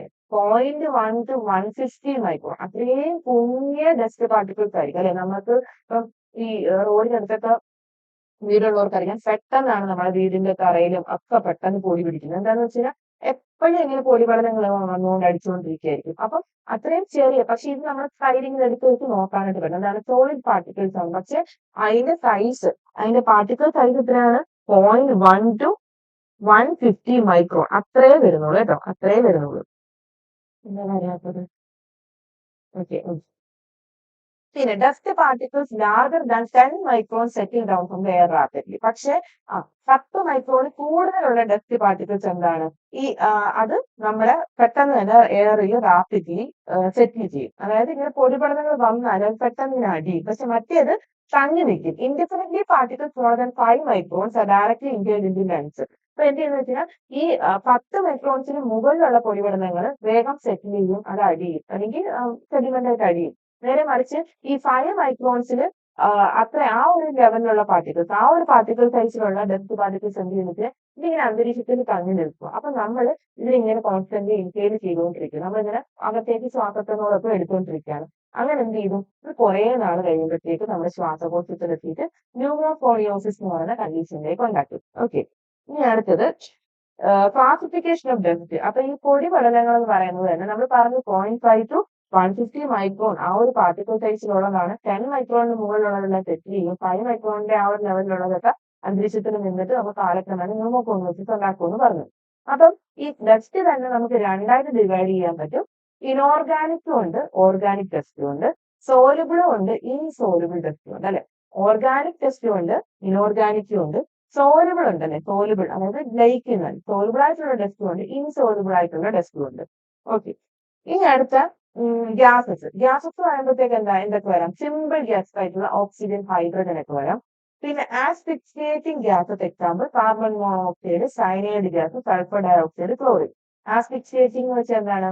നമുക്ക് ഒന്ന് ശ്വസിക്കുമ്പോൾ ശ്വാസമുട്ടൽ ഉണ്ടാക്കുന്നത്, അല്ലെങ്കിൽ ശ്വാസ തടസ്സം ഉണ്ടാകുന്നത്. ആസ്ഫിക്സിയ എന്ന് വെച്ച് കഴിഞ്ഞാൽ നമുക്ക് ശ്വാസതടസ്സം അല്ലെങ്കിൽ ശ്വാസമുട്ടം എന്നൊക്കെ നമ്മൾ പറയാം. അപ്പം അങ്ങനെ നമ്മൾ ശ്വസിക്കുമ്പോൾ നമുക്ക് ശ്വാസതടസ്സം ഉണ്ടാക്കുന്ന ഗ്യാസ് ആണ് carbon monoxide, cyanide gas, sulphur dioxide, chlorine ഒക്കെ. നമുക്കറിയാം കാർബൺ മോണോക്സൈഡ് ഒക്കെ ശ്വസിച്ചിട്ടുണ്ടെങ്കിൽ എന്താണ്? നമ്മുടെ ഹീമോഗ്ലോബിനുമായിട്ട് കംപ്ലൈന്റ് ചെയ്യും, കാർബോക്സൈഡ് ഹീമോഗ്ലോബിൻ ഉണ്ടാവും. അപ്പൊ അങ്ങനെയുള്ളവരുടെ നമ്മൾ നോക്കുമ്പോഴത്തേക്ക് ചെറിയ റെഡ് കളറിൽ കാണപ്പെടും എന്നൊക്കെ പറഞ്ഞിട്ട് നമ്മൾ വായിച്ചിട്ടുണ്ട് അല്ലെ. അപ്പം ഇതൊക്കെ എന്താണ്? ആസ്ഫിക്സിയേറ്റിംഗ് ഗ്യാസസ് ആണ്. ഇനി അടുത്ത അനസ്തെറ്റിക് ഗ്യാസസ് ഉണ്ട്. അനസ്തെറ്റിക് ഗ്യാസസ് ഒക്കെ എന്താണ്? നമ്മൾ അനസ്തേഷ്യ കൊടുക്കാണ്ട്, അല്ലെങ്കിൽ നമ്മൾ മയക്കാനായിട്ട് അല്ലെ, ആളെ ഒരു ടെമ്പററി ആയിട്ട് നമ്മളൊരു അൺകോൺഷ്യസ് അല്ലെങ്കിൽ ഒരു അബോധാവസ്ഥയിലേക്ക് കൊണ്ടുവരാനായിട്ട് യൂസ് ചെയ്യുന്ന ഗ്യാസ്. അതാണ് ക്ലോറോഫോം ഉണ്ട്, ഈതർ, ട്രൈഫ്ലോറോ എത്തിലീൻ. അപ്പൊ ഇതൊക്കെ എന്താണ്? ഇതൊക്കെ ഗ്യാസസ് ആണ്. ഇതിൽ തന്നെയുള്ള simple gases, asphyxiating gases, anaesthetic gases ആണ് ഈ പറഞ്ഞതൊക്കെ. ഇതൊക്കെ എന്താണ്? കെമിക്കൽ ഹസാർഡ്സ് നമ്പറിൽ വരുന്നതാണ്. ഓക്കെ. ഇനി അടുത്ത മെറ്റൽസ് ആൻഡ് കോമ്പൗണ്ട്സ് അല്ലെ. ചില നമ്മൾ ഇൻഡസ്ട്രീസിലൊക്കെ വർക്ക് ചെയ്യുമ്പോൾ ചില മെറ്റൽസ് വായിക്കുക, അല്ലെങ്കിൽ അതിന്റെ കോമ്പൗണ്ട്സ് ആയിട്ട് നമ്മൾ എപ്പോഴും കോൺസ്റ്റന്റ്ലി നമ്മളിങ്ങനെ കോണ്ടാക്റ്റിൽ വരും അല്ലെ. അത് ഏതൊക്കെയാണ്? Lead, antimony, arsenic, beryllium, cadmium, cobalt, manganese, mercury, phosphorus, chromium, zinc, പിന്നെ അങ്ങനത്തെ മെറ്റൽസ് ഒക്കെ പോകും. നമ്മൾ മെർക്കുറിയുടെ ഒക്കെ പറഞ്ഞിട്ടുണ്ട്, മെർക്കുറി, തായ് എന്നൊക്കെ പറഞ്ഞിട്ട് അത് നമ്മൾ പഠിച്ചിട്ടുണ്ട്. ഓക്കെ. അപ്പൊ ഇതൊക്കെ എന്താണ്? മെറ്റൽസും അതിന്റെ കോമ്പൗണ്ട്സും കാരണം ഉണ്ടാവുന്ന കെമിക്കൽ ഹസാർഡ്സ്. പിന്നെ നമ്മൾ ഇൻഹലേഷൻ പറഞ്ഞു, അതിലൊക്കെ തന്നെ ലോക്കൽ ആക്ഷൻ വന്നു. അടുത്ത ഇൻജക്ഷൻ ആണ്. ഇൻജക്ഷൻ എന്ന് പറയുമ്പോഴത്തേക്ക് എന്താ നമ്മുടെ ബോഡിയിൽ ഇപ്പൊ നമ്മൾ ഭക്ഷണ വസ്തുക്കളിലൂടെ അങ്ങനെയൊക്കെ പോകുന്നത്. അപ്പൊ എന്താണ് occupational diseases may also result from injection of chemical substances such as, അതായത് നമ്മുടെ ശരീരത്തിലേക്ക് എത്തുകയാണ് ഇൻഹലേഷൻ അല്ലാണ്ട്, as lead, mercury, arsenic, zinc, chromium, cadmium, phosphorus. അപ്പൊ ഇങ്ങനെയൊക്കെ ഇതിന്റെയൊക്കെ കുറെ നാൾ നമ്മൾ കേട്ടിട്ടുണ്ടല്ലേ ലെഡ് പോയിസണിങ് അല്ലെങ്കിൽ ആഴ്സനിക് പോയിസണിങ് എന്നൊക്കെ പറയുമ്പോഴത്തേക്ക് ഇതൊക്കെ മൈന്യൂട്ട് ക്വാണ്ടിറ്റിയിൽ നമ്മുടെ ബോഡിയിൽ എത്തിയിട്ട് എന്ത് ചെയ്യും, ഇത് പിന്നെ ക്യുമുലേറ്റീവ് ഇഫക്റ്റ്, അതിങ്ങനെ ശരീരത്തിൽ ഇങ്ങനെ അടിഞ്ഞു കൂടിയിട്ട് എന്ത് ചെയ്യും, നമുക്ക് പലതരത്തിലുള്ള അസുഖങ്ങൾ ഉണ്ടാക്കും. അപ്പൊ ഇതൊക്കെ ഇൻജക്ഷനിലൂടെ എത്തുന്നത് കൂടുതലും ഇങ്ങനത്തെ lead, mercury, arsenic, zinc, chromium, cadmium, phosphorus അങ്ങനത്തെ മെറ്റൽസിന്റെ ഒക്കെ സബ്സ്റ്റൻസുകളായിരിക്കും. ഇനി അടുത്ത ബയോളജിക്കൽ ഹസാർഡ്സ് ഉണ്ട് അല്ലെ. ബയോളജിക്കൽ ഹസാർഡ്സ് പറയുന്നത് വർക്ക് ചെയ്യുന്ന സ്ഥലത്ത് നിന്ന് പല രീതിയിലുള്ള അസുഖങ്ങൾ വരും. എങ്ങനെയൊക്കെ വരും, ഏതൊക്കെ വരും, ബ്രൂസെല്ലോസിസ് വരാം, ലെപ്റ്റോസ്പൈറോസിസ് വരാം, ആന്ത്രാക്സ്. ആന്ത്രാക്സ് എന്നൊക്കെ പറയുമ്പോഴത്തേക്ക് ഇപ്പൊ കാറ്റിലുമായിട്ട് ബന്ധപ്പെട്ട മേഖലകളിലൊക്കെ വർക്ക് ചെയ്യുന്നവർക്കും, ഹൈഡാറ്റിഡോസിസ്, പിന്നെ അതുപോലെ തന്നെ ടെറ്റനസ്, എൻസെഫലൈറ്റിസ്, ഫംഗൽ ഇൻഫെക്ഷൻ, ഹിസ്റ്റോസോമിയാസിസ്, പിന്നെ ഹോസ്റ്റോപദസ്, അങ്ങനെ കുറെ അസുഖങ്ങളായിട്ട് വരും. ഓക്കെ, അത് ബയോളജിക്കൽ ഹസാർഡ്സ് ആണ്. അപ്പൊ പല വർക്കിംഗ് അറ്റ്മോസ്ഫിയറിൽ വർക്ക് ചെയ്യുന്നത്. അപ്പൊ ചിലപ്പോൾ ഈ മൃഗങ്ങളുമായിട്ട് പല ടൈപ്പ് മൃഗങ്ങളുമായിട്ട് വർക്ക് ചെയ്യുന്ന സമയത്ത് ഈ മൃഗങ്ങളിൽ നിന്ന് വരുന്ന അസുഖങ്ങൾ നമ്മളിലേക്ക് ട്രാൻസ്മിറ്റ് ചെയ്യപ്പെടും. അപ്പൊ ഇതിൽ പറഞ്ഞ ലെപ്റ്റോസ്പൈറോ ആയാലും ബ്രൂസെല്ലോസിസ് ആയാലും ആന്ത്രാക്സ് ആയാലും ഒക്കെ അങ്ങനെ വരുന്ന അസുഖങ്ങളായിരിക്കും അല്ലെ. അല്ലെങ്കിൽ പിന്നെ ഇപ്പൊ നമ്മളിപ്പോ ഫംഗൽ ഇൻഫെക്ഷൻസ് ഒക്കെ വരാം. നമ്മൾ നേരത്തെ കഴിഞ്ഞ ക്ലാസ്സിൽ മറ്റേ എന്താ എർഗോട്ടിന്റെ ഒക്കെ കാരണം ഫംഗൽ ഇൻഫെക്ഷൻ കാരണം നമുക്ക് അസുഖങ്ങൾ വരുന്നതിന്റെ കാര്യമൊക്കെ പറഞ്ഞിട്ടുണ്ടായിരുന്നു. അപ്പൊ അങ്ങനെയൊക്കെ വരാം. ബയോളജിക്കൽ ഹസാർഡ്സ് എന്തൊക്കെ കാരണം ഉണ്ടാവാം, വൈറസസ് ഉണ്ടാവാം, ഫംഗി, ബാക്ടീരിയ, പാരസൈറ്റ്, അങ്ങനെ ഇതെല്ലാം ബയോളജിക്കൽ ഹസാർഡ്സ് ഉണ്ടാക്കുന്ന കാര്യങ്ങളാണ്. അടുത്തത് സൈക്കോ സോഷ്യൽ ഹസാർഡ്സ്. അപ്പൊ എന്താണ് സൈക്കോ സോഷ്യൽ എന്ന് പറയുമ്പോഴത്തേക്ക് നമ്മൾ മെന്റലി അല്ലെങ്കിൽ സാമൂഹികപരമായിട്ടുള്ള പ്രശ്നങ്ങൾ. അപ്പൊ അതെന്തൊക്കെയാണ്, ഫാക്ടേഴ്സ് അഫക്റ്റിംഗ് ഹെൽത്ത്. എന്തൊക്കെ വരും, ഫ്രസ്ട്രേഷൻ അല്ലെ, നമുക്ക് ജോലിയിൽ ഭയങ്കര ഫ്രസ്ട്രേഷൻ ആണ്, നമുക്ക് ഭയങ്കര ദേഷ്യമാണ് അല്ലെങ്കിൽ ഇറിറ്റേഷൻ ആണ്, ലാക്ക് ഓഫ് ജോബ് സാറ്റിസ്ഫാക്ഷൻ, ചെയ്യുന്ന ജോലിയിൽ ഒരു തൃപ്തിയില്ലായ്മ. അത് പലർക്കും ഉള്ള ഒരു കാര്യമാണ് അല്ലെ. എങ്ങനെയെങ്കിലും ഒരു ജോലി മേടിക്കാന്ന് പറഞ്ഞ ജോലി വാങ്ങിച്ചു, പക്ഷേ ചെയ്യുന്ന ജോലി ഒരു സന്തോഷത്തോടു കൂടിയാണോ ചെയ്യുന്നത്, അല്ല. എനിക്കൊന്ന് യൂട്യൂബേഴ്സ് ഒക്കെ ആയിരിക്കും കൂടുതൽ സന്തോഷത്തോടൊക്കെ ജോലി ചെയ്യുന്നത്. പക്ഷെ ബാക്കി അല്ലാതെ കൂടുതൽ പേര് എന്താണ്, അവര് ഏണിങ്സിന് വേണ്ടിയിട്ട് അല്ലെങ്കിൽ അവരുടെ ജീവിതത്തിന്റെ ചെലവുകൾ നീക്കി പൈസ കിട്ടാൻ വേണ്ടിയിട്ടാണ്, സാലറിക്ക് വേണ്ടിയിട്ട് മാത്രമായിരിക്കും അവർ ജോലി ചെയ്യുന്നത്. ചെയ്യുന്ന ജോലിയോട് ഒട്ടും പോലും ആത്മാർത്ഥത ഇഷ്ടം കാണണമെന്നില്ല. അപ്പം അങ്ങനെയല്ല, നമ്മൾ എന്ത് ജോലി ചെയ്താലും നമ്മളത് സന്തോഷത്തോടു കൂടി ചെയ്യണം. അല്ലെന്നുണ്ടെങ്കിൽ എന്താണ്, നമുക്ക് ആരെക്രമേണ ആ ജോലിയോട് വെറുപ്പ് വരും, നമുക്ക് ജോലി എൻജോയ് ചെയ്യാൻ പറ്റില്ല, അത് കാരണം എന്തൊരു പ്രശ്നങ്ങൾ വരും. പക്ഷെ ചെയ്യുന്ന ജോലി നമ്മൾ ഇഷ്ടപ്പെട്ട് ഹാപ്പി ആയിട്ട് ചെയ്യുകയാണെങ്കിൽ നമുക്ക് ജോലിയിൽ നിന്ന് ഒരിക്കലും ഒരു ഇത് വരത്തില്ല. ഓക്കെ, നമുക്ക് ആ ജോലി എപ്പോഴും നമ്മൾ പ്രൊഡക്ടിവിറ്റി എല്ലാം കാഴ്ചവെക്കാൻ പറ്റും. ലാക്ക് ഓഫ് ജോബ് സാറ്റിസ്ഫാക്ഷൻ, അതൊക്കെ ഇൻസെക്യൂരിറ്റി വരും. ഇൻസെക്യൂരിറ്റി എന്ന് വെച്ച് കഴിഞ്ഞാൽ അരക്ഷിതാവസ്ഥ. ഓക്കെ, നമുക്ക് ഈ ഒരു ജോലി കൊണ്ട് നമ്മുടെ കാര്യങ്ങൾ നടക്കുന്നില്ല, അല്ലെങ്കിൽ നമുക്ക് ഈ ഒരു ജോലി കൊണ്ട് പോരാ, അങ്ങനെയുള്ള ഈ ജോലി നമുക്ക് ഒത്തിരി ഒരു പ്രൊട്ടക്റ്റീവ് ആയിട്ട് തോന്നുന്നില്ല, അപ്പൊ ഇൻസെക്യൂരിറ്റി വരാം. പുവർ ഹ്യൂമൻ റിലേഷൻഷിപ്പ്, അത് പ്രത്യേകിച്ച് എന്താണ്, പലയിടത്തും എന്താ ഒരു വർക്കിംഗ് അറ്റ്മോസ്ഫിയർ ഒന്നും കാണത്തില്ല. അല്ലെങ്കിൽ അവിടെ ഇപ്പൊ പ്രത്യേകിച്ച് ഇപ്പൊ നമ്മൾ എന്താ ഈ ടെക്നോ അതായത് സോഫ്റ്റ്വെയർ സൈഡിലോട്ടൊക്കെ വരുമ്പോഴത്തേക്ക്, അല്ലെങ്കിൽ ടെക്നോ പാർക്ക് അങ്ങനെയൊക്കെ വർക്ക് ചെയ്യുന്നതിന്റെ ഇടയിൽ എന്ന് പറയുമ്പോഴത്തേക്ക് ഇവരിങ്ങനെ വരുന്നു, ആ ഒരു വർക്കിംഗ് അറ്റ്മോസ്ഫിയർ വന്ന് വർക്ക് ചെയ്തിട്ട് പോകുന്നു എന്നല്ലാതെ അവർക്ക് പരസ്പരം അങ്ങോട്ടും ഇങ്ങോട്ടും ഒന്നും ഉള്ള ഒരു ഇതൊന്നും അവർക്ക് പരസ്പരം ആരെ അറിയത്തില്ല, ആരോടും യാതൊരു അങ്ങനത്തെ ഒരു അറ്റാച്ച്മെന്റോ ഒരു ഹ്യൂമൻ റിലേഷൻഷിപ്പോ ഒന്നും കാണത്തില്ല. അപ്പം അതൊക്കെ എന്ത് ചെയ്യുമ്പോൾ നമുക്ക് വർക്ക് ചെയ്യുന്നിടത്ത് നമുക്ക് ഫ്രണ്ട്സ് വേണം, നമുക്ക് കമ്പാനിയൻസ് വേണം, നമുക്ക് പരസ്പരം ഷെയർ ചെയ്യാൻ പറ്റണം. എന്നാലൊക്കെ നമുക്ക് ആ ഒരു സ്മൂത്ത് ആയിട്ട് ആ ഒരു വർക്കിംഗ് അറ്റ്മോസ്ഫിയറിന് ഇഷ്ടപ്പെടാൻ പറ്റത്തുള്ളൂ. അപ്പൊ ഇതൊക്കെ ഇല്ലെങ്കിൽ നമ്മുടെ കാലക്രമം മെന്റൽ സ്ട്രെസ് ഒക്കെ വരും. ഇമോഷണൽ ടെൻഷൻ, നമുക്ക് ഒരുപാട് ഇമോഷണൽ ടെൻഷൻസ് വരും. ഇനി അടുത്ത ഒക്കുപേഷണൽ ഡിസീസസ്. അപ്പൊ നമ്മൾ ഡിസീസസിൽ എന്താണ് പറഞ്ഞാൽ ഫിസിക്കൽ ഏജൻസ് മൂലം എന്തൊക്കെ ഉണ്ടെന്ന് പറഞ്ഞു, heat, cold, light, pressure, noise, radiation, mechanical factors, electricity, ഇതെല്ലാം എന്താണ് ഫിസിക്കൽ ഏജൻസ് കാരണം ഉണ്ടാവുന്നതാണെന്ന് പറഞ്ഞു. പിന്നെ കെമിക്കൽ ഏജൻസ് നമ്മൾ ഗ്യാസസ് പറഞ്ഞു, ഡസ്റ്റ് എന്തൊക്കെ ഉണ്ടാവും എന്ന് പറഞ്ഞു, ന്യൂമോകോണിയോസ്, അതായത് ഒരു 5 മൈക്രോൺ ലെവലിലുള്ള റേഞ്ചിലുള്ള ഡസ്റ്റ് പാർട്ടിക്കിൾസ് എന്ത് ചെയ്യും, അന്തരീക്ഷത്തിൽ തങ്ങി നിൽക്കുകയും നമ്മളത് ഇൻഹെയിൽ ചെയ്യുന്നതിന്റെ ഭാഗമായിട്ട് കുറെ നാൾ കഴിയുമ്പോൾ നമുക്ക് ലങ്സിൽ ന്യൂമോകോണിയോസിസ് പോലത്തെ കണ്ടീഷൻ ഉണ്ടാക്കും. ഇനോർഗാനിക് ഡസ്റ്റിൽ വരുന്നതാണ് call dust, silica, asbestos, iron etcetera. Okay, അപ്പം ഇനോർഗാനിക് എന്ന് പറയുമ്പോൾ എന്താ, കാർബൺ കണ്ടന്റ് ഇല്ലാത്തത് നമുക്ക് സിമ്പിൾ ആയിട്ട് മനസ്സിലാക്കാം. Call dust, silica, asbestos, iron ഒക്കെ. ഓർഗാനിക് എന്ന് പറയുമ്പോഴത്തേക്ക് എന്താണ്, വെജിറ്റബിൾ ഡസ്റ്റ് ആണ് കേട്ടോ. വെജിറ്റബിൾ ഡസ്റ്റ് പറയുമ്പോഴത്തേക്ക് ഇത് കെയിൻ ഫൈബർ, പിന്നെ cotton dust, tobacco, hay or grain dust. അപ്പൊ ഇതൊക്കെ എന്താണ് ഓർഗാനിക് ആയിട്ടുള്ള ഡസ്റ്റുകളാണ്. പിന്നെ മെറ്റൽ കണ്ടർ കോമ്പൗണ്ട്സ് അതായത് lead, mercury, cadmium, manganese, beryllium, arsenic, chromium, ഇതൊക്കെ എന്താണ് കെമിക്കൽ ഏജൻസ് ആണ്. പിന്നെ അതുപോലെ തന്നെ ആസിഡ്, ആൽക്കലി, പെസ്റ്റിസൈഡ്സ്, പിന്നെ അതൊക്കെ ഈ മാനുവൽസ്, അപ്പൊ അങ്ങനത്തെയൊക്കെ അതുമായിട്ടൊക്കെ ഉള്ള കോണ്ടാക്ട് വരുന്ന അസുഖങ്ങൾ. Solvents like carbon bisulphide, chloroform, benzene, അത് ഇതൊക്കെ എന്താണ് ഡ്യൂ ടു കെമിക്കൽ ഏജൻസ് കാരണം ഉണ്ടാകുന്ന ഇതൊക്കെ കാരണം ഒക്കുപേഷണൽ ഡിസീസസ് വരാം. പിന്നെ അടുത്തയാണ് ഡ്യൂ ടു ബയോളജിക്കൽ ഏജൻസ്. നമ്മൾ പറഞ്ഞിട്ടുണ്ട്, അതായത് വർക്ക് ചെയ്യുന്ന അറ്റ്മോസ്ഫിയറിൽ ഉള്ള അസുഖങ്ങൾ അല്ലെങ്കിൽ ഡിസീസസ് നമുക്ക് വരാം, അല്ലെങ്കിൽ അവിടെയുള്ള മൈക്രോ ഓർഗാനിസം അല്ലെങ്കിൽ പാത്തജൻസ് ഒക്കെ നമുക്ക് അസുഖങ്ങൾ ഉണ്ടാക്കാം. Like brucellosis, leptospirosis, anthrax, tetanus, encephalitis, fungal infection ഒക്കെ. പിന്നെ ഒക്കുപേഷണൽ ക്യാൻസർ വരാം അല്ലെ, നമ്മുടെ ജോലി സ്ഥലത്തുള്ള നേച്ചർ കാരണം നമുക്ക് ക്യാൻസർ സ്കിന്ന്, ലങ്സ്, ബ്ലാഡർ ഒക്കെ വരാം. പിന്നെ ഒക്കുപേഷണൽ ഡെർമറ്റോസിസ് വരാം, അതായത് സ്കിന്നിന്റെ കണ്ടീഷൻ, അതാണ് dermatitis, eczema. Disease of psychological origin എന്താണ് ഇൻഡസ്ട്രിയൽ ന്യൂറോസിസ്, അതായത് ഇൻഡസ്ട്രിയിൽ വർക്ക് ചെയ്യുന്നവർക്ക് വരുന്ന ഈ മാനസികമായിട്ടുള്ള പ്രശ്നങ്ങൾ. ഹൈപ്പർ ടെൻഷൻ അല്ലെ, ഭയങ്കര ബി.പി കൂടുന്ന അവസ്ഥ. പെപ്റ്റിക് അൾസർ, സമയത്തിന് ഭക്ഷണമൊന്നും കഴിക്കാതിരുന്നിട്ട് അവർക്ക് അൾസർ ഒക്കെ വരുന്ന അവസ്ഥ വരാം. ഇനി അടുത്ത ന്യൂമോകോണിയോസ്, അല്ലെങ്കിൽ നമ്മൾ കുറച്ച് ഡിസീസ് ഒക്കെ അതിന്റെ മാനിഫെസ്റ്റേഷൻസ് ഒക്കെ ഒന്ന് നമ്മൾ പറയാണ്. അതിൽ ഫസ്റ്റ് പറയുന്നത് ന്യൂമോകോണിയോസിസ്. അപ്പൊ നമ്മൾ എന്ത് പറഞ്ഞു, dust within the range 0.5 micron to 3 micron, അതായത് 0.5 ടു 3 മൈക്രോൺ, ആ ഒരു റേഞ്ചിലുള്ള ഡസ്റ്റ് എന്താണ് അന്തരീക്ഷത്തിൽ തങ്ങി നിൽക്കുന്നു. എന്നിട്ട് കുറെ നാൾ നമ്മൾ വേരിയബിൾ പീരീഡ് ഓഫ് എക്സ്പോഷർ വരുമ്പോഴത്തേക്ക് നമുക്ക് ലങ് ഡിസീസ് ഡെവലപ്പ് ചെയ്യുന്നു. അതിന്റെ പേരാണ് ന്യൂമോകോണിയോസിസ് എന്ന് പറയുന്നത്. which may gradually cripple a man by reducing his work capacity due to lung fibrosis and other complications. അപ്പൊ നമ്മുടെ ലങ്സ് എന്ന് വെച്ച് കഴിഞ്ഞാൽ ഇങ്ങനൊരു ചുരുങ്ങിയും അല്ലെങ്കിൽ ഒരു ഇലാസ്റ്റിസിറ്റി ഉള്ള ഒരു ഓർഗനാണ് അല്ലെ, ഇങ്ങനെ വികസിക്കാം, ചുരുങ്ങാം. പക്ഷെ ഈ ഫൈബ്രോസ് വരുമ്പോഴത്തേക്ക് ഇങ്ങനെ കുറച്ച് സ്റ്റിഫ് ആയി പോകും. ഓക്കെ, അപ്പം ഈ ന്യൂമോകോണിസിന്റെ അവസ്ഥയിൽ ലങ്സിന്റെ ഫൈബ്രോസിസ്, അപ്പൊ എന്ന് വെച്ചാൽ ഇതിന്റെ വികാസവും ചുരുക്കവും നല്ല രീതിയിൽ നടക്കത്തില്ല. അപ്പൊ നമ്മുടെ ഒരു ബ്രീത്തിങ് കപ്പാസിറ്റി അല്ലെങ്കിൽ നമ്മുടെ ഒരു വൈറ്റൽ കപ്പാസിറ്റി കുറയും. അതുമൂലം എന്ത് ചെയ്യും, നമ്മുടെ പ്രൊഡക്ടിവിറ്റി കുറയും. അങ്ങനെ അത് പിന്നീട് പല പല കോംപ്ലിക്കേഷൻസിലേക്ക് മാറും അല്ലെ. ആ ഒരു അറ്റ്മോസ്ഫിയറിൽ വർക്ക് ചെയ്യുന്ന ആൾക്ക് കുറെ നാൾ കഴിയുമ്പോഴത്തേക്ക് എന്താണ് അയാൾ ഇഫക്റ്റീവായിട്ട് വർക്ക് ചെയ്യാനായിട്ട് സാധിക്കത്തില്ല.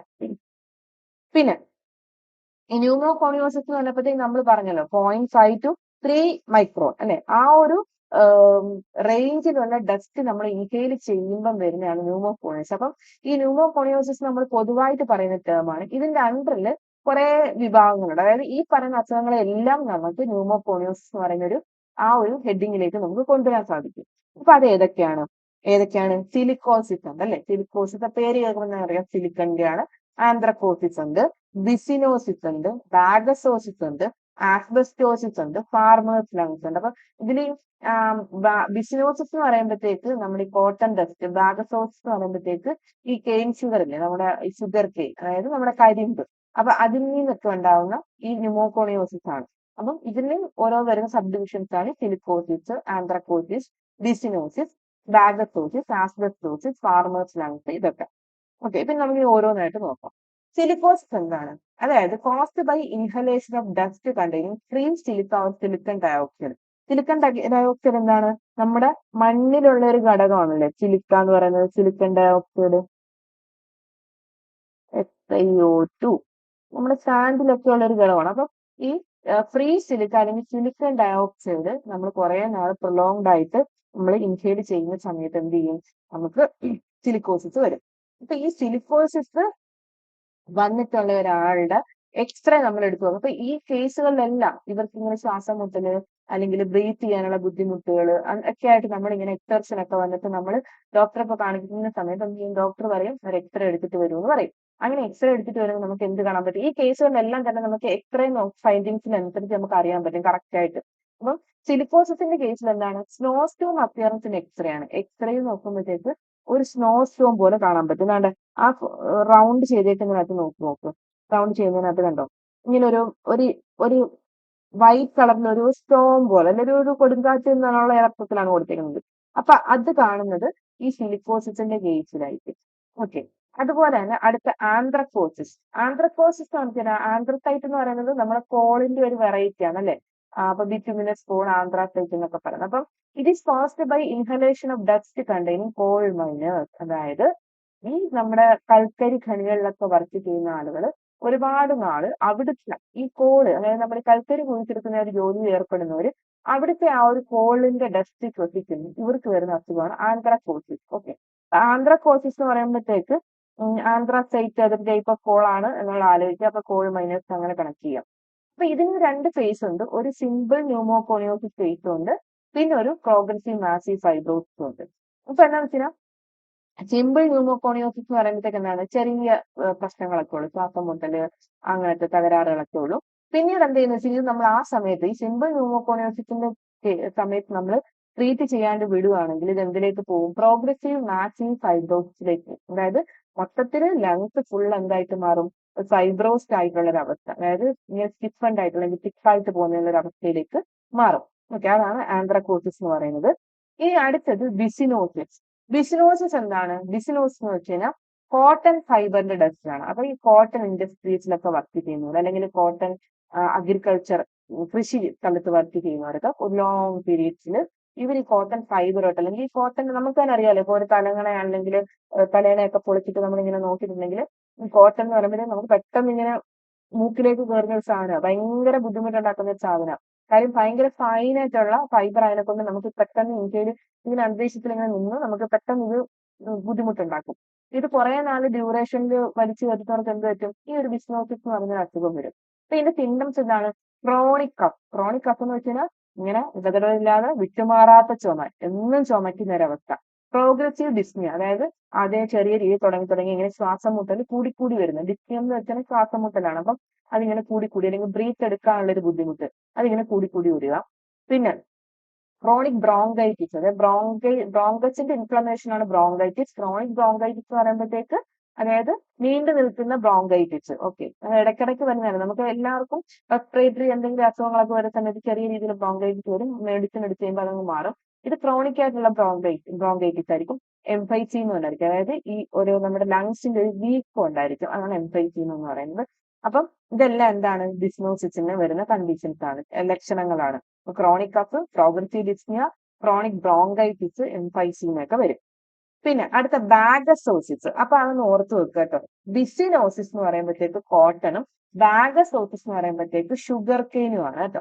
ബാഗസോസിസ് തിരിഞ്ഞു പോകരുത്. ബിസിനോസിസ് എന്ന് പറയുമ്പോഴത്തേക്ക് കോട്ടൺ, ബാഗസോസിസ് ഷുഗർ കെയിൻ ആണ്. അപ്പൊ ഇതെന്താണ്, ബാഗസ് അല്ലെങ്കിൽ ഷുഗർ കെയിൻ ഡസ്റ്റ്. അപ്പൊ ഇതിൽ ശരിക്കും പറഞ്ഞാൽ ഷുഗർ കെയിനിൽ തന്നെ ഒരു ഡെവലപ്പ് ചെയ്യുന്ന ഒരു ഫംഗസ് ഉണ്ട്, ഒരു മോൾഡ് ഉണ്ട്. ഓക്കെ, ഒരു പൂപ്പൽ എന്ന് പറയാം. അതൊരു തെർമോഫിലിക് ആക്ടിനോമൈസേറ്റ് ആണ്. ഓക്കെ, ആക്ച്വലി നമ്മൾ ഈ ഷുഗർ കെയിൻ ഡസ്റ്റ് എന്ന് പറഞ്ഞാൽ നമ്മൾ ഈ ഷുഗർ കെയിൻ ഡസ്റ്റിൽ ശരിക്കും പറഞ്ഞാൽ അത് ഉള്ളിലേക്ക് പോകുന്നത് ഈ ഒരു പർട്ടിക്കുലർ മോൾഡ് ആണ്. ഓക്കെ, ഈ ബാഗസോസിസ് എന്ന് പറയുന്നത് ഈ ഒരു മോൾഡിന്റെ നമ്മളിങ്ങനെ ശ്വസിക്കുന്നത് കാരണം വരുന്ന ഒരു അസുഖമാണ്. അപ്പം ഇതിന്റെ സിംറ്റംസ് എന്തൊക്കെയാണ്? ബ്രെത്ത്ലെസ്നെസ്, നമുക്ക് ശ്വാസം മുട്ടൽ വരും, കഫ് ചുമയുണ്ടാവും, ഹീമോപ്റ്റൈറ്റിസ് ഉണ്ടായിരിക്കും, അതായത് നമ്മൾ ഇങ്ങനെ ചുമച്ച് തുപ്പുന്ന സമയത്ത് ബ്ലഡ് വരുന്ന, അതായത് നമ്മുടെ കഫത്തിൽ ബ്ലഡ് കലർന്നു വരുന്ന ഒരു അവസ്ഥയാണ് ഹീമോപ്റ്റൈറ്റിസ് എന്ന് പറയുന്നത് കേട്ടോ.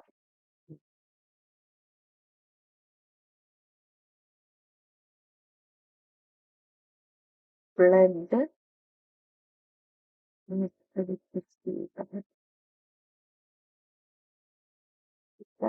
ഒരു പ്രശ്നമുണ്ടെന്ന്. ആ, പിന്നെ ചെറിയ ഫീവർ ഉണ്ടായിരിക്കും, ചെറുതായിട്ട് നമുക്ക് പനി പോലത്തെ അവസ്ഥ ഉണ്ടായിരിക്കും. അപ്പം ഇതൊക്കെയാണ് ബാഗസോസിസിന്റെ സിംറ്റംസ്. ബാഗസോസിസ് എന്ന് വെച്ചാൽ കോസ്ഡ് ബൈ ഇൻഹലേഷൻ ഓഫ് ബാഗസ് അല്ലെങ്കിൽ ഷുഗർ കെയിൻ ഡസ്റ്റ് ആണ്. ഇത് ശരിക്കും പറഞ്ഞാൽ ഒരു തെർമോഫിലിക് ആക്ടിനോമൈസിസ് അല്ലെങ്കിൽ ഒരു മോൾഡിനാണ് നമുക്ക് ഇൻഹേൽ ചെയ്ത് ഉള്ളിലേക്ക് പോകുന്നത്. എന്തൊക്കെയാണ് സിംറ്റംസ്? ബ്രെത്ത്ലെസ്നെസ് ഉണ്ട്, കഫ് ഉണ്ട്, ഹീമോപ്റ്റൈറ്റിസ് ഉണ്ട്, ലൈറ്റ് ഫീവർ ഉണ്ടായിരിക്കും. ഓക്കെ, ഇനി അടുത്ത ബാഗസോസിസിന്റെ പ്രിവെന്റീവ് മെഷേഴ്സ് എന്തൊക്കെയാണെന്നാണ് പറഞ്ഞിരിക്കുന്നത്. എന്താണ്? അതായത് ഡസ്റ്റ് കൺട്രോൾ ചെയ്യുക. ഇത് ഈ പറഞ്ഞ എല്ലാത്തിനും ഇത് ബാധകമാണ് കേട്ടോ. അതായത് നമ്മൾ ഈ പൊടി പടലങ്ങൾ കൺട്രോൾ ചെയ്യുക. അതായത് ഇപ്പം നമുക്ക് തന്നെ ആലോചിക്കാം, ഇപ്പൊ നമ്മൾ മുറ്റമൊക്കെ തൂക്കുന്ന സമയത്ത്, നല്ല ഉണക്കമുള്ള സമയത്ത് മുറ്റമൊക്കെ തൂക്കും, പൊടി ഉയരും അല്ലെ. അപ്പൊ നമ്മൾ എന്ത് ചെയ്യും, മുറ്റത്ത് കുറച്ച് വെള്ളം ഇങ്ങനെ ഒഴിച്ചിട്ട് വെള്ളം ഇങ്ങനെ തളിച്ചിട്ട് തൂക്കുവാണെങ്കിൽ അത്രയും പൊടി വരത്തില്ല, അല്ലെങ്കിൽ നമ്മൾ ഈ പൊടി നമുക്ക് അസ്വസ്ഥത ഉണ്ടാക്കില്ലേ. അപ്പൊ ഡസ്റ്റ് കൺട്രോൾ ചെയ്യാനുള്ള മെത്തേഡ്സ് നോക്കുക. പേഴ്സണൽ പ്രൊട്ടക്ഷൻ അല്ലെ, നമ്മൾ പ്രൊട്ടക്റ്റീവ് ആയിട്ടുള്ള മാസ്ക് അതൊക്കെ അല്ലെങ്കിൽ ഹെൽമെറ്റ് പോലത്തെ സാധനങ്ങൾ യൂസ് ചെയ്യാം. മെഡിക്കൽ കൺട്രോൾ, നമ്മൾ ഇടയ്ക്കിടയ്ക്ക് മെഡിക്കൽ വിസിറ്റ് എടുത്തിട്ട് എന്തെങ്കിലും പ്രശ്നം ഉണ്ടെങ്കിൽ അതിന് നമ്മൾ മെഡിക്കൽ ട്രീറ്റ്മെന്റ് എടുക്കാം. ബാഗസ് കൺട്രോൾ, അതായത് ബാഗസോസിസ് വരാണ്ടിരിക്കുന്ന മോൾഡ് തന്നെ നമ്മൾ കൺട്രോൾ ചെയ്യുക. അടുത്തത് ആസ്ബസ്റ്റോസ്. അപ്പോൾ നമ്മൾ സിലിക്കോസിസ് പറഞ്ഞു, ആന്ത്രക്കോസിസ് പറഞ്ഞു, പിന്നെ ബിസിനോസിസ് പറഞ്ഞു, ബാഗസോസിസ് പറഞ്ഞു, അടുത്ത ആസ്ബസ്റ്റോസിസ് ആണ്. ആസ്ബസ്റ്റോസിസ് എന്ന് പറയുമ്പോൾ എന്താണ് നമുക്കറിയാം. ആസ്ബസ്റ്റോസ് ആണ് നമ്മുടെ വീടുകളിലൊക്കെ പണ്ടൊക്കെ ഈ ഷീറ്റ് പോലെ ആസ്ബസ്റ്റോസിന്റെ ഷീറ്റ് പോലത്തെ ഉണ്ട്. അപ്പൊ ഇത് തന്നെ ഈ രണ്ട് ടൈപ്സ് ഓഫ് ആസ്ബസ്റ്റോസ് ഉണ്ട്. അതാണ് സെർപ്പന്റൈനും ഉണ്ട്, ക്രിസ്റ്റലൈറ്റ് അല്ലെങ്കിൽ ക്രിസലൈറ്റ് എന്ന് പറയും. ക്രിസലൈറ്റ് എന്ന് പറയുന്ന വെറൈറ്റി, പിന്നെ ഒരു ആംഫിബോൾ ടൈപ്പ് ഉണ്ട്. ഇത് ആസ്ബസ്റ്റോസിന്റെ രണ്ട് വെറൈറ്റി ആണെന്നുള്ളത് മനസ്സിലാക്കിയാൽ മതി. സെർപ്പന്റൈൻ അല്ലെങ്കിൽ ക്രിസലൈറ്റ്, അല്ലെങ്കിൽ ഒരു ആംഫിബോൾ ടൈപ്പ്, അങ്ങനെ രണ്ട് ടൈപ്പ് ഉണ്ട്. ഓക്കെ. അപ്പം ഈ ആസ്ബസ്റ്റോസിസ് ഇതുപോലെ തന്നെ ഇതിന്റെ ചെറിയ മൈന്യൂട്ട് പാർട്ടിക്കിൾസ്, അതായത് നമ്മൾ ആസ്ബസ്റ്റോസ് ബോഡീസ് എന്ന് പറയും, അതായത് ആസ്ബസ്റ്റോസിന്റെ ചെറിയ മൈന്യൂട്ട് ആയിട്ടുള്ള ഫൈൻ പാർട്ടിക്കിൾസ് നമ്മൾ ഇൻഹേൽ ചെയ്യുകയാണ്. അപ്പൊ അത് കാരണം എന്ത് ചെയ്യും, നമുക്ക് ആസ്ബസ്റ്റോസിസ് എന്ന് പറയുന്ന കണ്ടീഷൻ ഉണ്ടാക്കുന്നു. ഇതിന് എന്താണ് മറ്റേന്റെ ഒക്കെ പോലെ തന്നെ ഡിസ്പ്ലേ ഉണ്ടായിരിക്കും അല്ലെ, നമുക്ക് ശ്വാസം മുട്ടൽ അല്ലെങ്കിൽ ശ്വാസം എടുക്കുന്നതിനുള്ള തടസ്സം ഉണ്ടായിരിക്കും. ക്ലബിംഗ് ഓഫ് ഫിംഗേഴ്സ്, ഈ ക്ലബിംഗ് ഓഫ് ഫിംഗേഴ്സ് എന്താണെന്ന് അറിയാവോ? നമ്മുടെ ഈ ഫിംഗേഴ്സിന്റെ ഈ മുകൾ വശം ഇങ്ങനെ വീർത്തിട്ട് ഇങ്ങനെ വരും, അതായത് പൊങ്ങി വരും. അപ്പം ഇത് നമുക്ക് അറിയാനായിട്ട് ഒരു വിൻഡോ ടെസ്റ്റ് ഉണ്ട്. ക്ലബിംഗ് അറിയാനായിട്ടുള്ള ഒരു സംഭവമാണ് ഒരു വിൻഡോ ടെസ്റ്റ് എന്ന് പറയും. ഓക്കെ.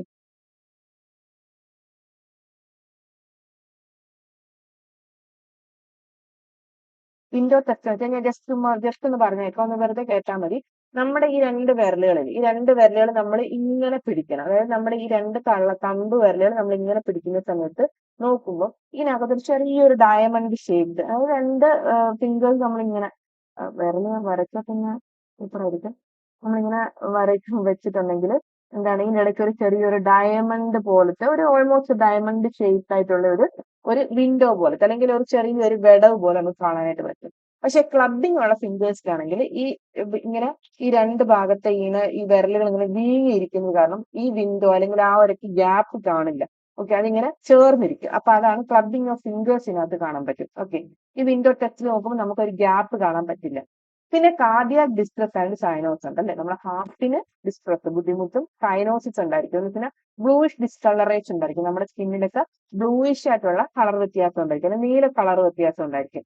അപ്പൊ അതൊക്കെ ആസ്ബസ്റ്റോസിസിന്റെ വെച്ചുണ്ട്. അപ്പൊ നമ്മളൊന്ന് പ്രത്യേകിച്ച് ഓർത്തിരിക്കുക, നമ്മൾ ഇതുവരെ പറഞ്ഞതിൽ നിന്ന് നമ്മുടെ ബാഗസോസിന്റെ കേസിൽ നമ്മൾ ഹീമോപ്റ്റൈസിസ് പറഞ്ഞിരുന്നു.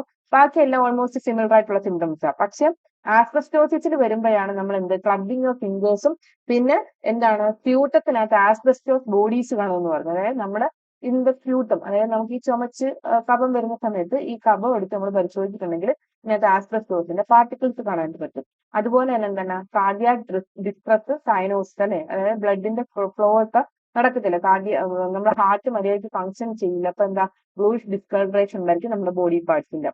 പിന്നെ an X-ray of the chest shows a ground glass appearance in the lower 2/3 of the lungs field. അതായത് നമ്മുടെ ലങ്സ് എടുത്തിട്ടുണ്ടെങ്കിൽ ലങ്സിന്റെ ലോവർ ടൂ തേർഡിൽ ഒരു ഗ്രൗണ്ട് ഗ്ലാസ് അപ്പിയറൻസ് ഉണ്ടായിരിക്കും. ഗ്രൗണ്ട് ഗ്ലാസ് ആകുമ്പോഴത്തേക്കും ഇങ്ങനെ ഗ്ലാസ് ഇങ്ങനെ പൊട്ടി ഇങ്ങനെ കിടക്കുന്ന പോലത്തെ ഒരു ആ ഒരു ഇതായിരിക്കും നമ്മൾ എക്സ്റേ എടുത്ത് നോക്കുമ്പോൾ കാണുന്നത്. ഫോട്ടോ കൊണ്ട് ഞാൻ കാണിച്ചു തരാം. ഇത് കണ്ടോ, ഇത് നമ്മുടെ ആസ്ബസ്റ്റോസിന്റെ ഒരു എക്സ്റേ ഫോട്ടോ. അതായത് നമ്മളിങ്ങനെ നോക്കിയിട്ടുണ്ടെങ്കിൽ ഇങ്ങനെ ഇടയ്ക്കിടയ്ക്ക് കണ്ടോ, ഇടയ്ക്കിടയ്ക്ക് ഇങ്ങനെ ചെറിയ ഇങ്ങനെ പൊട്ടി പൊട്ടി ചെറിയ ഗ്ലാസ് പോലത്തെ ഇങ്ങനെ ഇത് കണ്ടോ. അപ്പൊ അതെന്ന് വെച്ച് കഴിഞ്ഞാൽ നമ്മുടെ എന്താണ് ഗ്രൗണ്ട് ഗ്ലാസ് അപ്പിയറൻസ് കാണുന്നത് നമ്മുടെ ആസ്ബസ്റ്റോസിൽ. അപ്പൊ നമ്മൾ സിലിക്കോസിസിൽ ഏത് കാണുമെന്ന് പറഞ്ഞു, സ്നോ സ്റ്റോം അപ്പിയറൻസ് കാണുമെന്ന് പറഞ്ഞു. ആസ്ബസ്റ്റോസിസിലാണ് നമ്മൾ എന്ത് പറഞ്ഞത്, ഗ്രൗണ്ട് ഗ്ലാസ് അപ്പിയറൻസ് കാണുമെന്ന് പറഞ്ഞത്. Ground glass appearance, ground glass. സിലിക്കോസിസിൽ ഏതാണ് നമ്മൾ പറഞ്ഞത്, സിലിക്കോസിസിൽ നമ്മൾ snow Storm.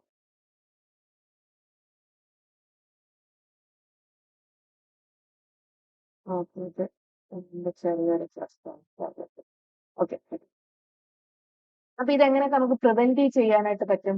Use of safer types of asbestos, അതായത് നമ്മൾ നേരത്തെ ക്രിസലൈറ്റ് അല്ലെങ്കിൽ സെർപ്പന്റൈൻ ടൈപ്പ് എന്നും പിന്നെന്താണ് ആംഫിബോൾ ടൈപ്പ് ആസ്ബസ്റ്റോസ് എന്നും ഉണ്ടെന്ന് പറഞ്ഞു. അപ്പൊ ഇതിൽ കുറച്ചുകൂടെ സേഫർ ആയിട്ടുള്ള ആസ്ബസ്റ്റോസ് ആണ് ഈ ക്രിസലൈറ്റ് അല്ലെങ്കിൽ അമോസൈറ്റ് എന്നൊക്കെ പറയുന്ന ആസ്ബസ്റ്റോസ് വെറൈറ്റീസ്. അപ്പൊ അങ്ങനത്തെ കുറച്ചുകൂടെ സേഫർ വെറൈറ്റി യൂസ് ചെയ്യുക. അതുപോലെ തന്നെ എന്താണ് ഇൻസുലിൻസിന് നമ്മൾ ഈ ആസ്ബസ്റ്റോസിന് പകരം വേറെ സബ്സ്റ്റിറ്റ്യൂവൻസ് ആയിട്ടുള്ള glass fibre, mineral wool, calcium silicate, plastic form അങ്ങനത്തെ സാധനങ്ങളൊക്കെ യൂസ് ചെയ്യുക. അപ്പൊ നമ്മൾ ആസ്ബസ്റ്റോസിന്റെ യൂസ് കുറയ്ക്കുക. റിഗറസ് ഡസ്റ്റ് കൺട്രോൾ, അതായത് ഈ ഡസ്റ്റ് നമ്മൾ ഇടയ്ക്കിടയ്ക്ക് നമ്മൾ കറക്റ്റ് ആയിട്ട് അത് മോണിറ്റർ ചെയ്ത് കൺട്രോൾ ചെയ്യുക. പിന്നെ periodic examination of workers, biological monitoring, അതായത് അവിടെ വർക്ക്, അതായത് ഈ ഒരു സാഹചര്യത്തിൽ അല്ലെങ്കിൽ ആസ്ബസ്റ്റോസുമായിട്ട് കോണ്ടാക്ട് വരുന്ന അവസ്ഥയിൽ വർക്ക് ചെയ്യുന്ന വർക്കേഴ്സിനെ നമ്മൾ കറക്റ്റ് ആയിട്ടുള്ള ഇടവേളകളിൽ നമ്മൾ അവരെ എക്സാമിൻ ചെയ്യുക. ബയോളജിക്കൽ മോണിറ്ററിങ്, അതായത് അവിടെ ക്ലിനിക്കൽ ഫീച്ചേഴ്സ് നോക്കുക, എക്സ്റേ എടുത്ത് നോക്കുക, ലങ് ഫംഗ്ഷൻ ടെസ്റ്റ് ഒക്കെ ചെയ്ത് നോക്കുക. പിന്നെന്താണ് ബാക്കി വേറെ എന്തെങ്കിലുമൊക്കെ റിസർച്ചുകളൊക്കെ ഇപ്പോഴും നടന്നുകൊണ്ടിരിക്കുകയാണ് ആസ്ബസ്റ്റോസിന്റെ കേസിൽ. ഓക്കെ ഓക്കെ, ഇത് നമ്മളെ ഒരു ടിപ്പിക്കൽ ഒരു എക്സ്റേ ചെസ്റ്റ് ആണ് കാണിച്ചിരിക്കുന്നത്. അപ്പൊ അതിനകത്ത് നമ്മൾ ചെറുതായിട്ട് നോക്കിയിട്ടുണ്ടെങ്കിൽ ഇതിപ്പോ നമുക്ക് ഇങ്ങനെ നോക്കി അറിയാൻ പറ്റില്ല. നമ്മൾ ആ ഒരു ഇതിൽ വെച്ച് നോക്കിയിട്ടുണ്ടെങ്കിൽ നമുക്ക് അറിയാൻ പറ്റും ഗ്രൗണ്ട് ഗ്ലാസ് അപ്പിയറൻസ് എന്തായിരിക്കും ആസ്ബസ്റ്റോസിൽ. അടുത്തത് ഫാർമേഴ്സ് ലങ്സ് ആണ് കേട്ടോ. അപ്പൊ ഇത് ന്യൂമോകോണിയോസിസിന്റെ ലാസ്റ്റ് ആണ് ഫാർമേഴ്സ് ലങ്. അപ്പൊ ഇതെന്താണ്, due to inhalation of mouldy hay or grain dust, അതായത് ഫാർമേഴ്സിന് വരുന്നതായിരുന്നു, കൃഷിക്കാർക്ക് വരുന്നതായിരിക്കും. അപ്പൊ എന്താണ് മോൾഡി ഹേ, അതായത് ഇങ്ങനെ മോൾഡ് എന്ന് പറയുമ്പോഴത്തേക്ക് എന്താണ്, നമ്മുടെ പൂപ്പലൊക്കെ ഉള്ള ഹേ അല്ലെങ്കിൽ കച്ചി, വൈക്കോല്, അല്ലെങ്കിൽ ഗ്രെയിൻ ഡസ്റ്റ്. ഗ്രെയിൻ എന്ന് പറയുമ്പോഴത്തേക്ക് നമ്മുടെ ഈ ധാന്യങ്ങളുടെ ഒക്കെ പൊടിപടലങ്ങൾ. അപ്പൊ അതൊക്കെ ശ്വസിക്കുന്നത് കാരണം ഫാർമേഴ്സിന് വരുന്ന അസുഖമാണ് ഫാർമേഴ്സ് ലങ് എന്ന് പറയുന്നത്. ഓക്കെ, ഇതെല്ലാം ന്യൂമോകോണിയോസിൽ വരുന്നത്. ഏതൊക്കെയാണ്? Silicosis, anthracosis, byssinosis, bagassosis, asbestosis, farmer's lung. സിലിക്കോസിസിൽ നമ്മളൊരു സ്നോസ്റ്റോം അപ്പിയറൻസും ആസ്ബസ്റ്റോസിന് നമ്മൾ ഗ്രൗണ്ട് ഗ്ലാസ് അപ്പിയറൻസും പഠിച്ചു. ആ ജസ്റ്റ് നമ്മളൊന്ന് പ്രത്യേകിച്ച് ഒന്ന് ഓർത്ത് വെച്ചേക്കുക. ഓക്കെ, ഇനി അടുത്ത് നമ്മൾ ബാക്കിയുള്ള ടൈപ്സ് ഓഫ് പോയിസണിങ്ങിന്റെ കാര്യങ്ങൾ പറയാണ്, കെമിക്കൽ ആയിട്ടുള്ള. അപ്പൊ എന്താണ്, ലെഡ് പോയിസണിങ് ആണ് ഇവിടെ പറഞ്ഞിരിക്കുന്നത്. അപ്പൊ അതൊരു കുറച്ച് കോമൺ ആയിട്ടുള്ള സംഭവം എന്നാണ് എടുത്ത് പറഞ്ഞിരിക്കുന്നത്. അപ്പൊ ഇത് എങ്ങനെയൊക്കെ വരാം? Mode of absorption, inhalation, injection, skin, അതായത് നമ്മൾ ശ്വസിക്കുക അല്ലെങ്കിൽ അല്ലാത്ത രീതിയിൽ നമ്മുടെ ശരീരത്തിൽ എത്തുക, സ്കിന്നിലൂടെ അകത്തേക്ക് എത്തുക. ഓക്കെ, ബ്ലഡ് പോയിസണിംഗ് എന്ന് വെച്ചാൽ toxic effects of organic blood compounds and mostly on central nervous system. Okay, അത് നമ്മുടെ നാഡീവ്യൂഹത്തിനെയാണ് കൂടുതലായിട്ട്, സിഎൻഎസിനെയാണ് കൂടുതലായിട്ട് ബ്ലഡ് പോയിസണിംഗ് അഫക്ട് ചെയ്യുന്നത്. ഇത് കാരണം നമുക്ക് എന്തൊക്കെ ഉണ്ടാവും? ഇൻസോംനിയ, ഉറക്കക്കുറവ് ഉണ്ടാവും, ഹെഡേക്ക്, തലവേദന, മെന്റൽ കൺഫ്യൂഷൻ, അല്ലെ, നമുക്ക് ഇങ്ങനെ ഒന്നിലും ഒരു വ്യക്തത കിട്ടുക, അതായത് മെന്റൽ ആയിട്ടുള്ള ഒരു കൺഫ്യൂഷൻ ആയിട്ടുള്ള ഒരു അവസ്ഥ. ഡെലീരിയം എന്ന് പറയുമ്പോഴത്തേക്ക് നമുക്കിങ്ങനെ എന്താ പറയുന്നത്, ഇല്ലാത്തൊക്കെ കാണുന്ന പോലത്തെ അങ്ങനത്തെ ഹാലൂസിനേഷൻ പോലത്തെ അവസ്ഥ, ഡെലീരിയം ഉണ്ടാവും. ഓക്കെ, പിന്നെ ഇതിനെ എങ്ങനെയൊക്കെ നമുക്ക് പ്രിവെന്റീവ് മെഷേഴ്സ് എന്തൊക്കെയാണ്? സബ്സ്റ്റിറ്റ്യൂഷൻ, അല്ലെ, ഈ ലെഡിന് പകരം വേറെ എന്തെങ്കിലും സാധനങ്ങൾ ഉപയോഗിക്കാൻ പറ്റുമോ എന്ന് നോക്കുക. ഐസൊലേഷൻ, ഇതിനെ നമ്മൾ പ്രത്യേകിച്ച് മാറ്റുക. ലോക്കൽ എക്സോസ്റ്റ് വെന്റിലേഷൻ, അതായത് പുറമേക്ക് ലോക്കൽ എക്സോസ്റ്റ് വെന്റിലേഷൻ ഒക്കെ കൊടുക്കുക. പേഴ്സണൽ പ്രൊട്ടക്ഷൻ, അതായത് ഇത് വർക്ക് ചെയ്യുന്ന കാര്യത്തിൽ നമ്മൾ personal protection, good housekeeping, working atmosphere ശ്രദ്ധിക്കുക, periodic examination of work, personal hygiene, health education. ഇതൊക്കെ കോമൺ ആയിട്ട് എല്ലാ കേസിലും വരുന്നതാണ്. ഓക്കെ, അപ്പൊ ലെഡ് പോയിസണിങ്ങിന്റെ കേസിൽ നമുക്ക് ഇതൊക്കെ പ്രിവെന്റീവ് മെഷേഴ്സ് ആയിട്ട് നോക്കാം. ഇനി അടുത്ത ഒക്കുപേഷണൽ ക്യാൻസർ, അല്ലെ. ഒക്കുപേഷണൽ ക്യാൻസർ എന്ന് പറയുമ്പോഴത്തേക്ക് ചില ഒക്കുപേഷണൽ ചില ജോലി സ്ഥലങ്ങളിൽ വർക്ക് ചെയ്യുന്നവർക്ക് അവിടെയുള്ള സാധനങ്ങളുടെ കോണ്ടാക്ട് കാരണം നമുക്ക് ക്യാൻസർ വരും, അല്ലെ. അതിന്റെ ഒരു എക്സാമ്പിൾ ആണ് സ്കിൻ ക്യാൻസർ, ലങ് ക്യാൻസർ. അപ്പൊ സ്കിൻ ക്യാൻസർ ആർക്കൊക്കെ വരും? ഈ ഗ്യാസ് ഫീൽഡിലൊക്കെ വർക്ക് ചെയ്യുന്നവർക്ക്, ഓയിൽ റിഫൈനേഴ്സിലെ, ടാർ ഡിസ്പ്ലേസ്, ഓവൻ വർക്കേഴ്സ്. അപ്പം ഇവർക്കൊക്കെ സ്കിൻ ക്യാൻസർ വരാനുള്ള സാധ്യതയുണ്ട്. അതുപോലെ തന്നെ ലങ് ക്യാൻസർ ആർക്കൊക്കെ വരും? Gas industry, nickel and chromium work, mining of radio active substance. അല്ല, റേഡിയോ ആക്റ്റീവ് സബ്സ്റ്റൻസ് എന്നൊക്കെ പറയുമ്പോഴത്തേക്ക് എപ്പോഴും ആ റേഡിയോ ആക്ടിവിറ്റിയായിട്ട് കോണ്ടാക്റ്റിൽ വരുന്നത് കാരണം ഇവർക്ക് അങ്ങനെ അസുഖങ്ങൾ വരും. ഇനി അടുത്ത ബ്ലാഡർ ക്യാൻസർ. ബ്ലാഡർ ക്യാൻസർ എന്ന് എന്താണ്? നമ്മുടെ യൂറിനറി ബ്ലാഡർ, അല്ലെ, യൂറിനറി ബ്ലാഡറിന്റെ ക്യാൻസർ. അതെങ്ങനെയൊക്കെയാണ്? ഡൈ സ്റ്റഫ്, പിന്നെ ഡൈയിങ് ഇൻഡസ്ട്രീസ്, അതായത് ഈ കളർ കൊടുക്കുന്ന സാധനങ്ങളുണ്ടല്ലോ, ഡൈ സ്റ്റഫ്, അതും dyeing industries, rubber, gas and electrical cable industries. Okay, അവിടെയൊക്കെ വർക്ക് ചെയ്യുന്നത് ബ്ലാഡർ ക്യാൻസർ വരാനുള്ള സാധ്യതയുണ്ട്. ഓക്കെ, പിന്നെ ലുക്കീമിയ എന്താണ്? ബ്ലഡ് ക്യാൻസർ ആണ്, അല്ലെ. അപ്പൊ ബെൻസോള്, പിന്നെ അടുത്ത റോഞ്ചൻ റൈസ് നമ്മൾ ഇതാണ് എക്സ്റേസ് ആണ്. ആൻഡ് റേഡിയോ ആക്റ്റീവ് സബ്സ്റ്റൻസിന്റെ ഒക്കെ കോണ്ടാക്ട് കാരണം ലുക്കീമിയ, ബ്ലഡ് ക്യാൻസർ പോലത്തെ സംഭവങ്ങൾ വരാം. ഇതൊക്കെ ഒക്കുപേഷണൽ ക്യാൻസറിന് എക്സാമ്പിൾ ആണ്. ഇനി അടുത്ത occupational dermatitis. Okay, occupational dermatitis എങ്ങനെയൊക്കെ വരാം? ഫിസിക്കലായിട്ട് വരാം, അല്ലെ. ഇപ്പൊ നമുക്ക് ബേൺസ് കാരണം, അല്ലെങ്കിൽ ഇപ്പം എന്തെങ്കിലും ഒരു സബ്സ്റ്റൻസ് അത് കോണ്ടാക്ട് വന്നിട്ട് കൊറോഷൻ വന്നിട്ട്, അല്ലെങ്കിൽ ദ്രവിക്കുന്ന ആ ഒരു, അല്ലെങ്കിൽ അതിന്റെ അസിഡിക് ഇഫക്റ്റ് കാരണം, ആൽക്കലിന്റെ ഇഫക്റ്റ് കാരണം നമുക്ക് അങ്ങനെ ഡെർമറ്റൈറ്റിസ് വരാം. അതുപോലെ തന്നെ ചൂട്, നമ്മൾ നേരത്തെ പറഞ്ഞ ചിൽബ്ലെയിൻസ്, അങ്ങനത്തെയൊക്കെ സാധനങ്ങൾ വരാം ഫിസിക്കലായിട്ട്. കെമിക്കൽ സബ്സ്റ്റൻസിന്റെ കോണ്ടാക്ട് കാരണം നമുക്ക് ഡെർമറ്റൈറ്റിസ് വരാം. ബയോളജിക്കൽ എന്തെങ്കിലും അസുഖങ്ങൾ വന്നിട്ട് ഡെർമറ്റൈറ്റിസ് വരാം. Plant products. Okay, plant products പറയുമ്പോഴത്തേക്കും ഡീക്കേഡ് ആയിട്ടുള്ള സബ്സ്റ്റൻസ് ഒക്കെയാണ് നമ്മൾ കൈകാര്യം ചെയ്യുന്നെങ്കിൽ അതിനൊക്കെ നമുക്ക് ഇൻഫെക്ഷൻ ഒക്കെ വന്നിട്ട് നമുക്ക് ഡെർമറ്റൈറ്റിസ് വരാം.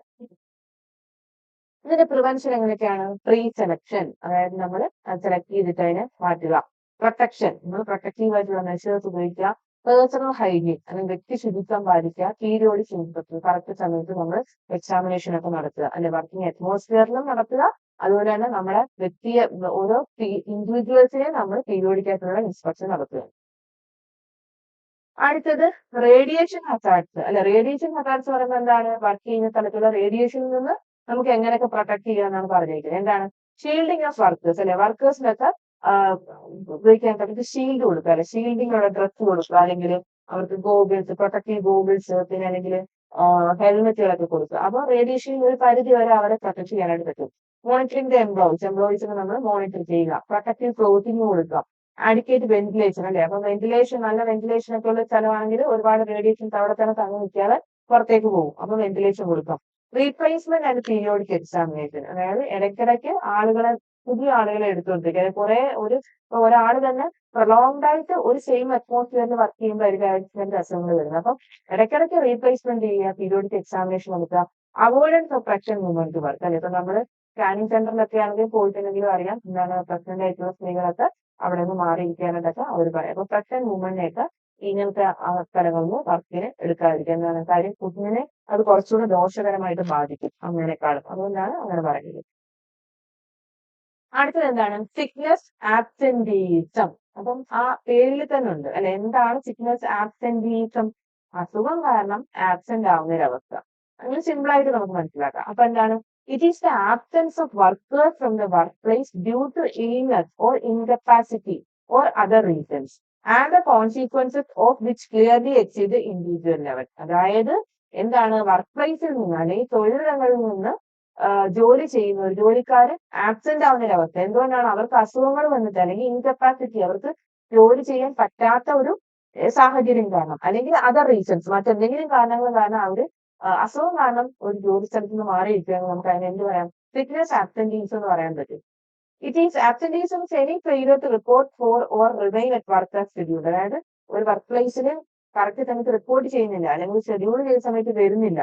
അപ്പൊ അതിന് എന്ത് ചെയ്യാൻ പറ്റും? നമുക്ക് സിക്നസ് അല്ലെങ്കിൽ ആബ്സെന്റീസ് അല്ലെങ്കിൽ ആബ്സെന്റ് ആവുന്ന അവസ്ഥ എന്ന് പറയാനായിട്ട് പറ്റും. ഓക്കെ. അപ്പൊ ഇങ്ങനെ ആബ്സെന്റ് ആവുന്ന എന്തായിരിക്കും? അൺപ്ലാൻഡ് ആയിരിക്കും അല്ലെ. ഇപ്പൊ നമുക്ക് ഇന്ന ദിവസം അസുഖം വരെ നമ്മൾ മുൻകൂട്ടി കാണുമോ? ഇല്ല. അപ്പൊ അൺപ്ലാൻഡ് ആയിട്ടായിരിക്കും ഈ സിക്നസ് ആബ്സെന്റീസം ഉണ്ടാവുക. ഓക്കെ.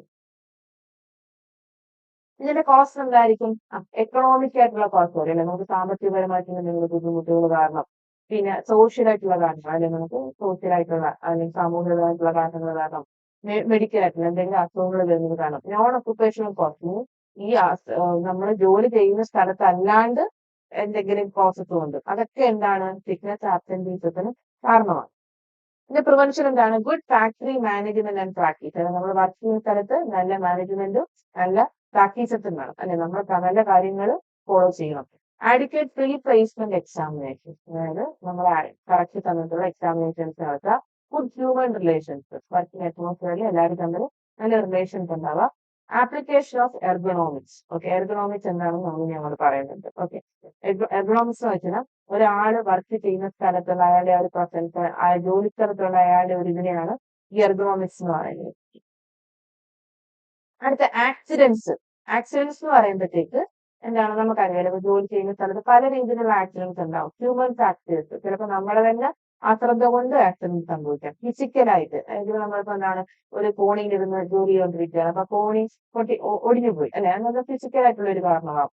ഫിസിയോളജിക്കൽ ആയിട്ടുള്ള കാരണങ്ങൾ വരാം, സൈക്കോളജിക്കൽ ആയിട്ടുള്ള ആക്സിഡൻസ് വരാം, എൻവയോൺമെന്റൽ ഫാക്ടേഴ്സ് ഒക്കെ വരാം. എന്താണ് ആക്സിഡൻസിന് കാരണമായിട്ട് വരുന്നത്? പിന്നെ ഇതിന്റെ പ്രിവെൻഷൻ എന്താണ്? Adequate pre placement examination. അതായത് നമ്മൾ നേരത്തെ പറഞ്ഞ കാര്യങ്ങൾ തന്നെയാണ്. പ്രീ പ്ലേസ്മെന്റ് എക്സാമിനേഷൻ വേണം, ആഡിക്വേറ്റ് ജോബ് ട്രെയിനിങ് വേണം, കണ്ടിന്യൂയിങ് എഡ്യൂക്കേഷൻ, അവർക്ക് ഇടയ്ക്കിടയ്ക്ക് അവർക്ക് അവബോധം അല്ലെങ്കിൽ ധാരണ കൊടുക്കണം. Ensure safe working conditions, work ചെയ്യുന്ന സ്ഥലത്ത് സേഫ്റ്റി ഉറപ്പുവരുത്തുക. Establishing safety department in organisation under complete safety engineer, അതായത് അവിടെ സേഫ്റ്റി എഞ്ചിനീയർ അണ്ടറിൽ നമ്മൾ സേഫ്റ്റി ഡിപ്പാർട്ട്മെന്റ് ഉണ്ടെന്നും അത് കാര്യക്ഷമമായിട്ട് വർക്ക് ചെയ്യുന്നു എന്നുള്ളത് ഉറപ്പുവരുത്താം.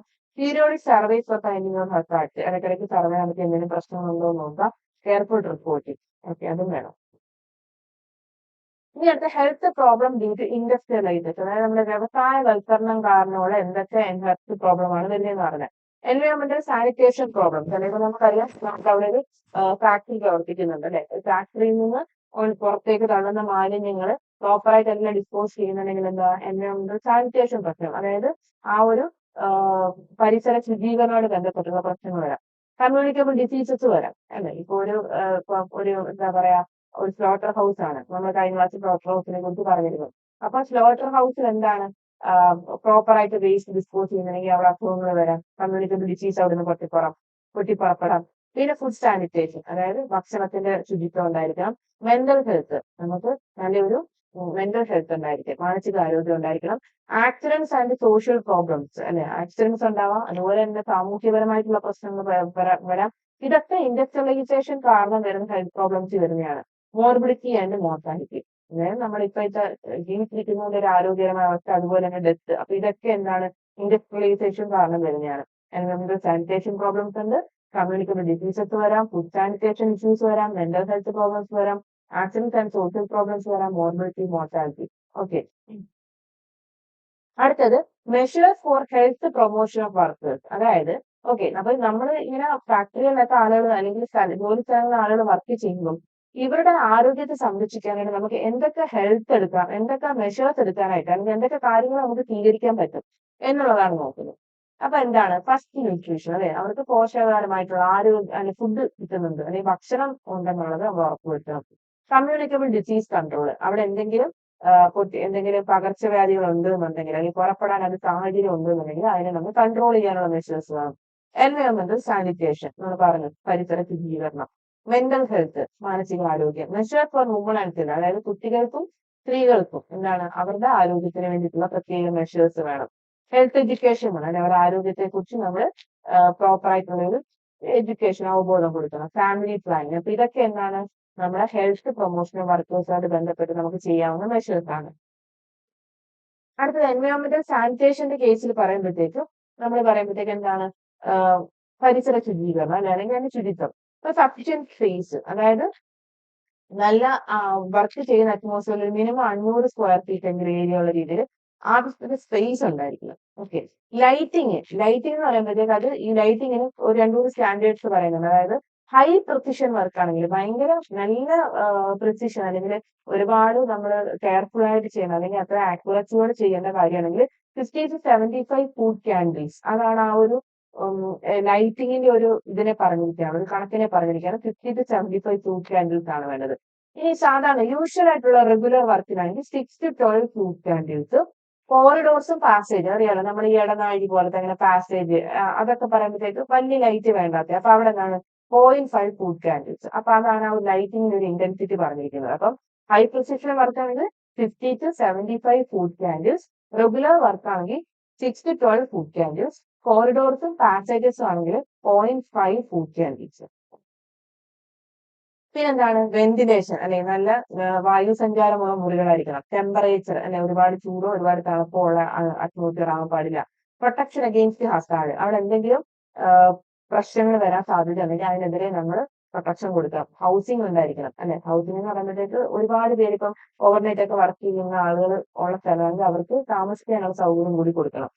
പിന്നെ മെന്റൽ ഹെൽത്തിൽ നമുക്ക് എന്തൊക്കെ നോക്കാൻ പറ്റും? To promote the health and happiness of the workers, അതായത് ആളുകളുടെ സന്തോഷത്തിനും ഒക്കെ വേണ്ടിയിട്ടുള്ള കാര്യങ്ങൾ ചെയ്യാം. അല്ലെങ്കിൽ അവർക്ക് വീക്കെൻഡിൽ ഇപ്പോൾ അവർക്കൊരു റിക്രിയേഷൻ ആക്ടിവിറ്റി പോലെ കൊടുക്കുക, അല്ലെങ്കിൽ ഒരു വർഷത്തിൽ അവർക്ക് ഇപ്പോൾ അവരൊരു ട്രിപ്പിന് കൊണ്ടുപോകുക, അല്ലെങ്കിൽ അവരുടെ ഫാമിലി മെമ്പേഴ്സിനെ വെച്ചിട്ട് ഒരു ഗെറ്റ് ടുഗദർ പോലെ. അപ്പൊ ഇതൊക്കെ എന്താണ് അവർക്കിടയിലുള്ള ഒരു ബോണ്ടിങ് കൂട്ടാൻ ഒരു നല്ലൊരു അറ്റ്മോസ്ഫിയർ ക്രിയേറ്റ് ചെയ്യാൻ ഹെൽപ്പ് ചെയ്യും. To detect signs of emotional stress and strain and secure relief of stress and strain where possible. അപ്പം ആർക്കെങ്കിലും എന്തെങ്കിലും മാനസിക പ്രശ്നങ്ങളോ സ്ട്രെയിനോ ഒക്കെ ആണെങ്കിൽ അത് ഡിറ്റക്ട് ചെയ്യുക, അതിനെ ട്രീറ്റ് ചെയ്യുക. Treatment of employees suffering from mental illness and rehabilitation of those who become ഇൽ, അതായത് എന്തെങ്കിലും മാനസിക പ്രയാസങ്ങളോ മാനസിക പ്രശ്നങ്ങളോ അല്ലെങ്കിൽ ഇപ്പൊ മെന്റലി എന്തെങ്കിലും ഉള്ളവരെയാണെങ്കിൽ അവരെ ട്രീറ്റ് ചെയ്യുക. അതുപോലെ തന്നെ റീഹാബിലിറ്റേഷൻ എന്ന് വെച്ചാൽ അവരുടെ പുനരധിവാസം, അതിന് വേണ്ടിയിട്ടുള്ള കാര്യങ്ങളൊക്കെ നമ്മൾ ചെയ്തു കൊടുക്കണം. ഓക്കെ, പിന്നെ measures for woman and children, അതായത് ഈ സ്ത്രീകൾക്കും കുട്ടികൾക്കും വേണ്ടി എന്തൊക്കെയാണ് പ്രത്യേക മെഷേഴ്സ്?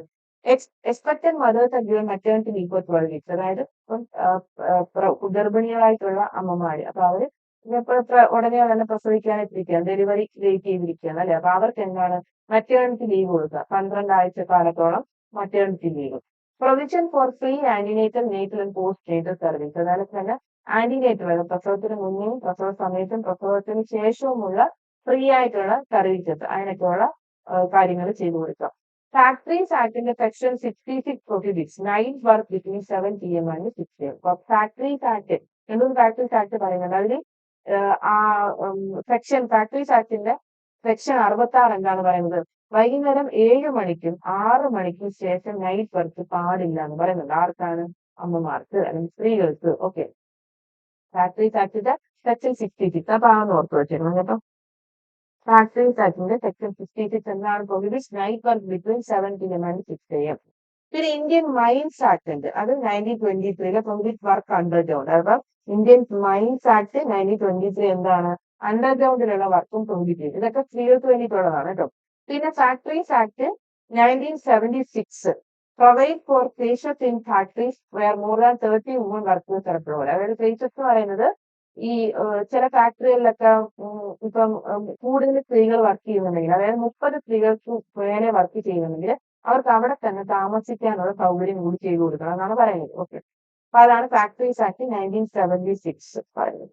ഓക്കെ, അപ്പം ഫാക്ടറീസ് ആക്ടിന്റെ സെക്ഷൻ 66 എന്ന് പറയുന്നു prohibits night work between 7 PM and 6 AM.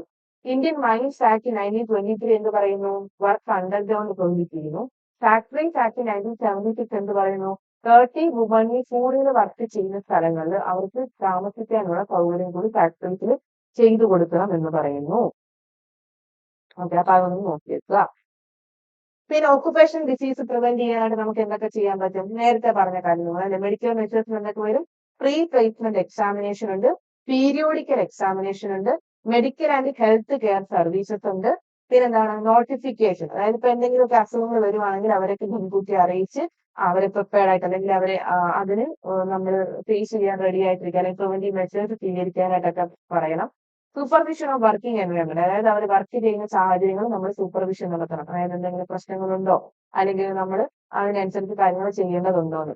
Maintenance and analysis of records, അതിനുള്ള എല്ലാ കാര്യങ്ങളുടെയും മെഡിക്കൽ ആയിട്ടുള്ള കാര്യങ്ങളൊക്കെ നമ്മൾ അനാലിസിസ് ചെയ്യുക, റെക്കോർഡ് ചെയ്യുക. ഹെൽത്ത് എഡ്യൂക്കേഷൻ ആൻഡ് കൗൺസിലിംഗ്, അവർക്കൊക്കെ ആരോഗ്യത്തിനെ കുറിച്ചുള്ള എഡ്യൂക്കേഷൻ കൊടുക്കുക, അതുപോലെ തന്നെ വേണ്ട സമയങ്ങളിൽ കൗൺസിലിംഗ്, ഉപദേശം, അങ്ങനത്തെ കാര്യങ്ങളൊക്കെ കൊടുക്കുക. ഇനി അടുത്ത എഞ്ചിനീയറിംഗ് മെഷേഴ്സ്. അപ്പൊ ഈ പറഞ്ഞൊക്കെ മെഡിക്കൽ മെഷേഴ്സ് ആണ്, pre placement examination, periodical exam. അപ്പൊ ഇനി എഞ്ചിനീയറിംഗ് മെഷേഴ്സ് എന്തൊക്കെയാണ്? അപ്പൊ അത് ബിൽഡിങ്ങിന്റെ കൺസ്ട്രക്ഷനുമായിട്ട് ബന്ധപ്പെട്ടിട്ടുള്ള കാര്യങ്ങളാണ്. എന്തൊക്കെയാണ്? Design of building. ബിൽഡിങ്ങിന്റെ ഡിസൈനിന്റെ കാര്യത്തിൽ നമ്മൾ ശ്രദ്ധിക്കുക. നമ്മൾ നേരത്തെ പറഞ്ഞു അല്ലെ, എന്താണ്? പ്രോപ്പർ വെന്റിലേഷൻ വേണം, അതുപോലെ തന്നെ ടെമ്പറേച്ചർ പ്രോപ്പർ ആയിട്ട് ബാലൻസ്ഡ് ആയിരിക്കണം, അതുപോലെ തന്നെ നമ്മൾ ലൈറ്റിങ്ങിന്റെ കാര്യം പറഞ്ഞു അല്ലെ, ലൈറ്റിങ്ങിന്റെ കാര്യം നമ്മൾ എങ്ങനെയൊക്കെ മെയിൻറ്റെയിൻ ചെയ്യണം, കോറിഡോർസിനെ എങ്ങനെയൊക്കെ മെയിൻറ്റെയിൻ ചെയ്യണം, അതുപോലെ തന്നെ പ്രൊട്ടക്റ്റീവ് ആയിട്ടുള്ള മെഷേഴ്സ് ഉണ്ടായിരിക്കണം. അപ്പൊ ഇതൊക്കെ നമ്മൾ പറഞ്ഞിരുന്നു. പിന്നെ ഗുഡ് ഹൗസ് കീപ്പിംഗ് ഉണ്ടായിരുന്നു, അതിനകത്തൊക്കെ നല്ല രീതിയിലുള്ള ഹൗസ് കീപ്പിംഗ്, അതായത് എല്ലാ കാര്യങ്ങളും കറക്റ്റ് ആയിട്ട് ചിട്ടായിട്ട് സൂക്ഷിക്കാനുള്ള ഇതുണ്ടാവണം. ജനറൽ വെന്റിലേഷൻ, നല്ല വെന്റിലേഷൻ, വായു സഞ്ചാരം ഉണ്ടായിരിക്കണം, മെക്കനൈസേഷൻ ഉണ്ടായിരിക്കണം, സബ്സ്റ്റിറ്റ്യൂഷൻ, എന്തെങ്കിലും ഒരു ഇതൊന്ന് വന്നു കഴിഞ്ഞാൽ അതിന് പകരം യൂസ് ചെയ്യാനായിട്ടുള്ള കാര്യങ്ങൾ നോക്കി വെക്കണം, സബ്സ്റ്റിറ്റ്യൂഷൻ. ഇനി അടുത്ത ഡസ്റ്റ് എൻക്ലോഷർ ആൻഡ് ഐസൊലേഷൻ, അതായത് ഡസ്റ്റ് പൊടിപടലങ്ങളൊക്കെ വരുവാണെങ്കിൽ അതിനെയൊക്കെ മാറ്റാനുള്ള കാര്യങ്ങൾ ചെയ്യുക. ലോക്കൽ എക്സ്പോസ്റ്റ് വെന്റിലേഷൻ, അതായത് എക്സ്പോസ്റ്റ് വെന്റിലേഷൻ കൊടുക്കുക. പ്രൊട്ടക്ഷൻ ഡിവൈസ്, വർക്ക് ചെയ്യുന്ന സാഹചര്യത്തിൽ അവർക്ക് പ്രൊട്ടക്ഷൻ ഉള്ള ഡിവൈസുകൾ കൊടുക്കാം. എൻവയോൺമെന്റൽ മോണിറ്ററിംഗ് ചെയ്യുക. സ്റ്റാറ്റിസ്റ്റിക്കൽ മോണിറ്ററിംഗ് ആൻഡ് റിസർച്ച്, ഇതൊക്കെ എന്താണ്? എഞ്ചിനീയറിംഗ് മെഷേഴ്സ് ആണ്.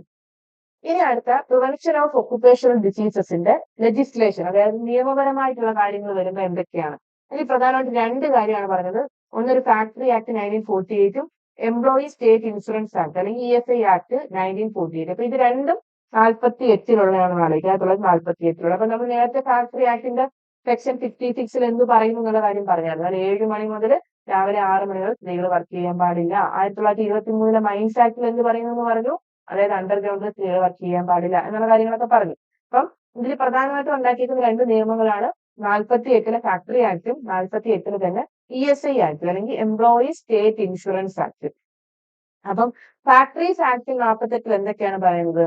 The factory means an establishment. Factory എന്ന് പറയുന്ന ഒരു എസ്റ്റാബ്ലിഷ്മെന്റ് ആണ്, അല്ലെങ്കിൽ ഒരു തൊഴിലിടമാണ്. എങ്ങനെയുള്ളെങ്കിൽ അവിടെ 10ഓ അതിലധികമോ വർക്കേഴ്സ് കഴിഞ്ഞ 12 മാസക്കാലമായിട്ട് അവരൊരു മാനുഫാക്ചറിങ് പ്രോസസ്സിൽ അല്ലെങ്കിൽ ഒരു എന്തെങ്കിലും ഉണ്ടാക്കുന്ന അല്ലെങ്കിൽ ഒരു ഉൽപാദനപരമായിട്ടുള്ള കാര്യത്തിൽ ഇടപെട്ടിരിക്കുകയാണ്, അല്ലെങ്കിൽ ഏർപ്പെട്ടിരിക്കുകയാണ്. ഓപ്പറേറ്റ് ഓൺ പവർ, അതായത് ഇലക്ട്രിസിറ്റി യൂസ് ചെയ്ത് അല്ലെങ്കിൽ പവർ യൂസ് ചെയ്തിട്ടുള്ള ഒരു പ്രൊഡക്ഷനിൽ അല്ലെങ്കിൽ ഒരു മാനുഫാക്ചറിങ് പ്രോസസ്സിൽ 10 അതിലധികമോ വർക്കേഴ്സ് ആ ഒരു സ്ഥലത്ത് വർക്ക് ചെയ്യുന്നുണ്ടെങ്കിൽ അതിനെ നമുക്കൊരു ഫാക്ടറി എന്ന് പറയാൻ പറ്റും. അത് പവർ ഉണ്ടെങ്കിൽ. ഇനി പവർ ഇല്ലാണ്ട് 20 അതിലധികമോ ആളുകൾ 12 മാസക്കാലമായിട്ട് ഒരു മാനുഫാക്ചറിങ് അല്ലെങ്കിൽ ഒരു ഉത്പാദനപരമായിട്ടുള്ള ഒരു കാര്യത്തിൽ ഇടപെട്ടിരിക്കുകയാണെങ്കിൽ അതിനെ നമുക്കൊരു ഫാക്ടറി എന്ന് പറയാൻ പറ്റും. അതാണ് ഫാക്ടറീസ് ആക്ടിൽ ഒരു ഫാക്ടറി എന്ന് പറയുന്ന അല്ലെങ്കിൽ ഒരു സ്ഥാപനം എന്ന് പറയുന്ന ഒരു സംഭവത്തിന് വേണ്ടി ആ ഒരു ഡെഫിനിഷൻ എന്ന് പറഞ്ഞിരിക്കുന്നത്. Okay, factory means an establishment in which 10 or more workers have been employed during the preceding 12 months in a manufacturing process operated on power, or 12 or more workers have been employed during the preceding 12 months in manufacturing process without power. Okay, അപ്പോൾ ആലോചിക്കുക 20 or more ആണെങ്കിൽ without power 12 months, 10 or more ആണെങ്കിൽ 12 months on power. Okay, അപ്പൊ ഇവരെന്തൊക്കെ provisions കൊടുക്കുന്നത്? ഈ factories act 1948 എന്തൊക്കെ provisions ആണ് അവിടെ തൊഴിലിടങ്ങളിൽ വർക്ക് ചെയ്യുന്ന ജോലിക്കാർക്ക് കൊടുക്കുന്നത്? എന്തൊക്കെയാണ്? എംപ്ലോയ്മെന്റ് പ്രൊവിഷൻസ്, ജോലി ചെയ്യുന്നതിനുള്ള കുറച്ച് കാര്യങ്ങൾ പറയുന്നുണ്ട്. വെൽഫെയർ പ്രൊവിഷൻസ്, അതായത് അവരുടെ വെൽഫെയറിന് വേണ്ടി, അവരുടെ ഉന്നമനത്തിന് വേണ്ടിയിട്ടുള്ള കാര്യങ്ങൾ. സേഫ്റ്റി പ്രൊവിഷൻസ്, അതായത് അവരുടെ സുരക്ഷിതത്വം ഉറപ്പാക്കുന്നതിന് വേണ്ടിയിട്ടുള്ള കുറച്ച് കാര്യങ്ങൾ പറയുന്നുണ്ട്. സാനിറ്ററി പ്രൊവിഷൻസ്, അതായത് ശുചീകരണവുമായിട്ട് ബന്ധപ്പെട്ടുള്ള സാനിറ്റേഷനുമായിട്ട് ബന്ധപ്പെട്ടിട്ടുള്ള കാര്യങ്ങൾ പറയുന്നുണ്ട് അല്ലെ? അതൊക്കെയാണ് നമ്മുടെ ഫാക്ടറി ആക്ടിൽ. അപ്പൊ ഇത്രയും പ്രൊവിഷൻസ് കൊടുക്കുന്നു എന്നുള്ള ജസ്റ്റ് അങ്ങ് മനസ്സിലാക്കിയിരുന്നാൽ മതി. ഇനി ESI ആക്ട് 1948. അപ്പൊ ESI ആക്ട് ഓഫ് 1948 എന്താണ് പറയുന്നത്? Covered all power using factories other than seasonal factories wherein 2 or more persons were employed, 20 or more persons were employed, excluding mines, railways and defense establishment. അപ്പം mine, railway, defence establishment ഒഴികെയുള്ള seasonal factories അല്ലാത്ത seasonal factories എന്താണ്? ഒരു particular സീസണിൽ മാത്രമായിരിക്കും. അവിടെ ഇപ്പം എന്താ പറയുക, നമ്മുടെ ഒരു കൃഷിയുമായിട്ട് ബന്ധപ്പെട്ടൊരു കാര്യം ആലോചിക്കാം. ഇപ്പം ഇപ്പൊ ഒരു കോഫിയുടെ ആണെന്നിരിക്കട്ടെ, അല്ലെങ്കിൽ ഇപ്പം ഒരു പർട്ടിക്കുലർ ഇപ്പൊ അല്ലെങ്കിൽ ഒരു ഫ്രൂട്ട്, ആ ഒരു പർട്ടിക്കുലർ സീസണിൽ മാത്രമേ ഉത്പാദിപ്പിക്കുന്നുള്ളൂ. അപ്പൊ അതുമായിട്ട് ബന്ധപ്പെട്ടുള്ള പ്രൊഡക്ഷനും കാര്യങ്ങളൊക്കെ ആ ഒരു സീസണിൽ മാത്രമേ ഉള്ളൂ. അപ്പൊ അതായിരിക്കും ഒരു സീസണൽ ഫാക്ടറി എന്ന് പറയുന്നത്.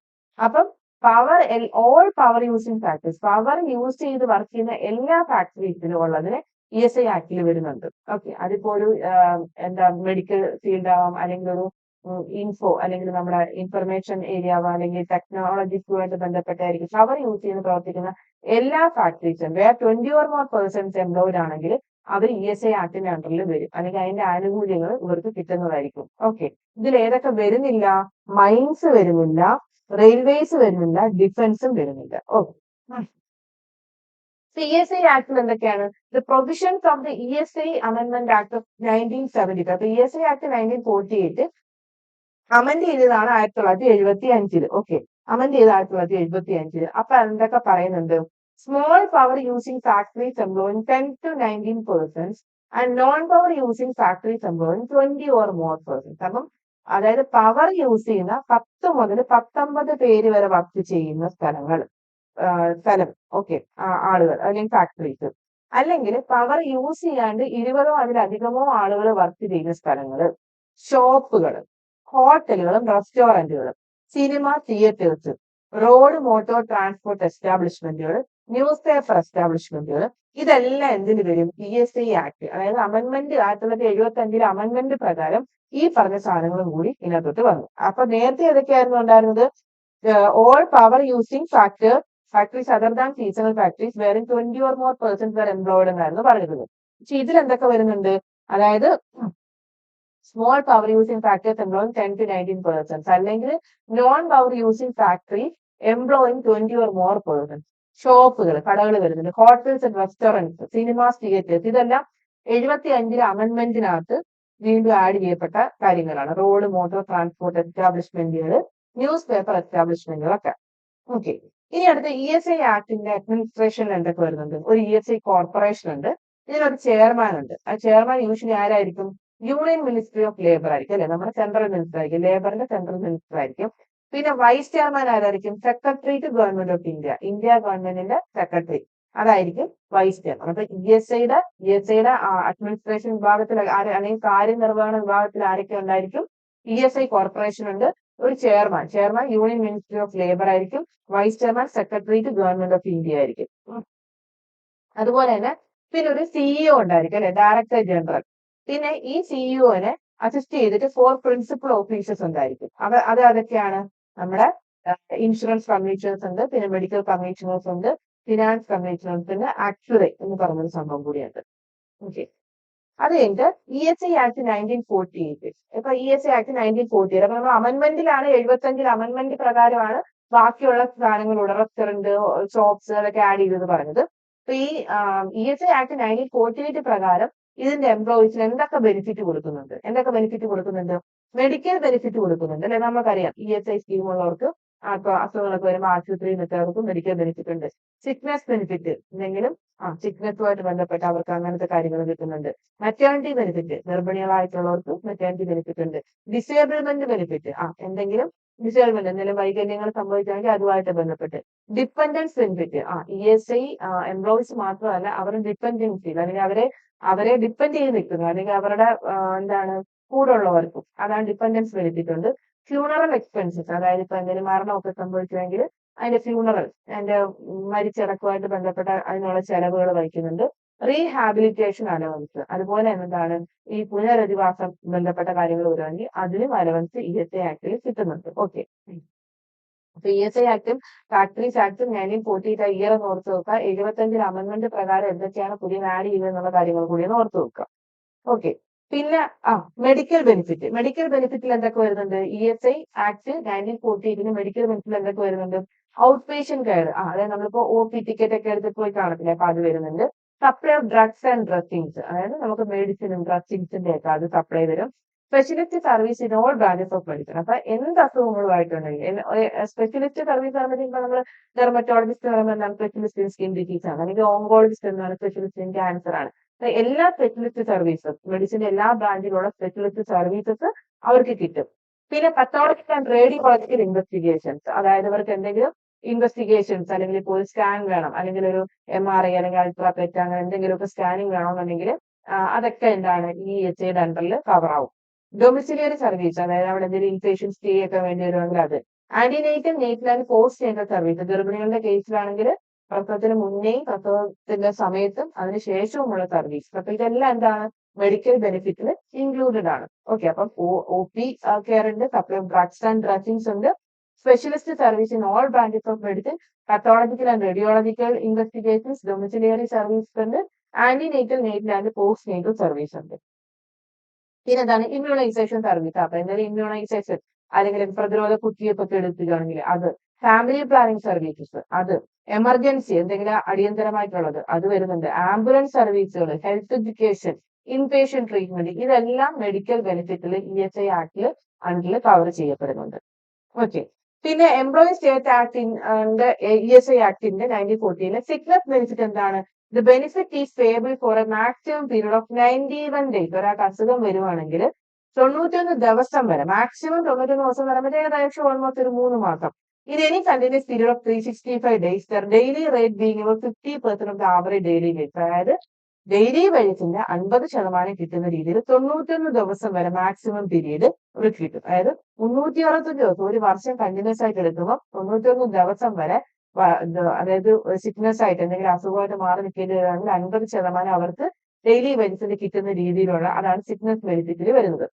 34 diseases for which extended sickness benefit where the insured person has been in continuous employment for 2 years. അതുപോലെ ഒരു എക്സ്റ്റെൻഡ് സിക്നസ് ബെനിഫിറ്റ് ഉണ്ട്. അതിന് ഒരു 34 ഡിസീസസ് അതായത് 34 ഡിസീസസിന്റെ കാറ്റഗറി വരുന്നുണ്ട്. അപ്പൊ ഈ അസുഖങ്ങളുള്ള ആള് ഈ അസുഖങ്ങൾ ഈ ഇൻഷുറൻസ് ഉള്ള ഒരാൾ 2 വർഷത്തോളം അയാള് എംപ്ലോയ്മെന്റിൽ ജോലിയിൽ ഇരുന്നിട്ടുണ്ടെങ്കിൽ ഇയാൾക്ക് ഈ എക്സ്റ്റെൻഡ് സിക്നസ് ബെനിഫിറ്റ് കിട്ടും. ഓക്കെ, പിന്നെ മെറ്റേണിറ്റി ബെനിഫിറ്റ് എന്താണ്? അതായത് മെറ്റേണിറ്റി ബെനിഫിറ്റ് എന്ന് വെച്ചാൽ 72 വീക്സ് വരെ അവർക്ക് ആ ഒരു ബെനിഫിറ്റ് കിട്ടും. പിന്നെ മിസ്കാരേജ് ആണെങ്കിൽ അതായത് ഇപ്പൊ എന്തെങ്കിലും അബോഷനോ എന്തെങ്കിലും കുഞ്ഞ് നഷ്ടപ്പെടുന്ന അവസ്ഥ ഉണ്ടായിട്ടുണ്ടെങ്കിൽ 6 ആഴ്ചക്കാലം വരെയും പിന്നെ അതുപോലെ തന്നെ ഈ പ്രസവമായിട്ട് ബന്ധപ്പെട്ട എന്തെങ്കിലും അസുഖങ്ങൾ വരുവാണെങ്കിൽ 30 ദിവസം. അപ്പൊ അങ്ങനെയൊക്കെ മെറ്റേണിറ്റി ബെനിഫിറ്റ് അല്ലെങ്കിൽ അത് അവർക്ക് കിട്ടുന്നുണ്ട്. അപ്പം മെറ്റേണിറ്റി ബെനിഫിറ്റ് എന്തൊക്കെയാണ്? 72 വീക്സ്, അല്ലെങ്കിൽ മിസ്കാരേജ് അബോഷൻ സംഭവിച്ചിട്ടുണ്ടെങ്കിൽ 6 വീക്സ്, അതല്ല എന്തെങ്കിലും അസുഖങ്ങൾ അതുമായിട്ട് ബന്ധപ്പെട്ട എന്തെങ്കിലും അസുഖങ്ങൾ 30 ഡേയ്സ് വരെ 30 ഡേയ്സ് ഓൾമോസ്റ്റ് ഒരു 4 വീക്സ് വരെ അവർക്ക് കിട്ടുന്നുണ്ട്. ഓക്കെ, പിന്നെ ഡിസേബിൾമെന്റ് ബെനിഫിറ്റ് നമ്മൾ മെഡിക്കലിന് പറഞ്ഞു, അതുപോലെ തന്നെ മെറ്റേണിറ്റി പറഞ്ഞു, സിക്നസ് ബെനിഫിറ്റ് പറഞ്ഞു, ഇനി നമ്മൾ പറയുന്നത് ഈ ഡിസേബിൾമെന്റ്, നമുക്ക് എന്തെങ്കിലും വൈകല്യങ്ങൾ വരുവാണെങ്കിൽ എന്താണ്, the rate of temporary disablement benefit is about 70% of the wages as long as temporary disablement lasts. അതായത് ഇപ്പൊ നമുക്കൊരു താൽക്കാലികമായിട്ട് ഇപ്പൊ ഒരു വൈകല്യം വരികയാണ്, ഇപ്പൊ എന്തെങ്കിലും ഇപ്പൊ കാല് വയ്യാതെ കുറച്ച് നാൾ നടക്കാൻ പറ്റാത്ത ഒരു അവസ്ഥയാണെന്നുണ്ടെങ്കിൽ ഇയാളുടെ വേജസിന്റെ സാലറിയുടെ എന്താണ് 70% വരെ ഈ ഡിസേബിൾമെന്റ് ബെനിഫിറ്റിൽ ഇയാൾക്ക് കിട്ടും. ഓക്കെ, അപ്പം അത് ആ ഒരു ടെമ്പററി ഡിസേബിൾമെന്റ് ലാസ്റ്റ് ചെയ്യുന്ന കാലത്തോളം ഇയാൾക്ക് അതിന്റെ 70% വരെ കിട്ടും.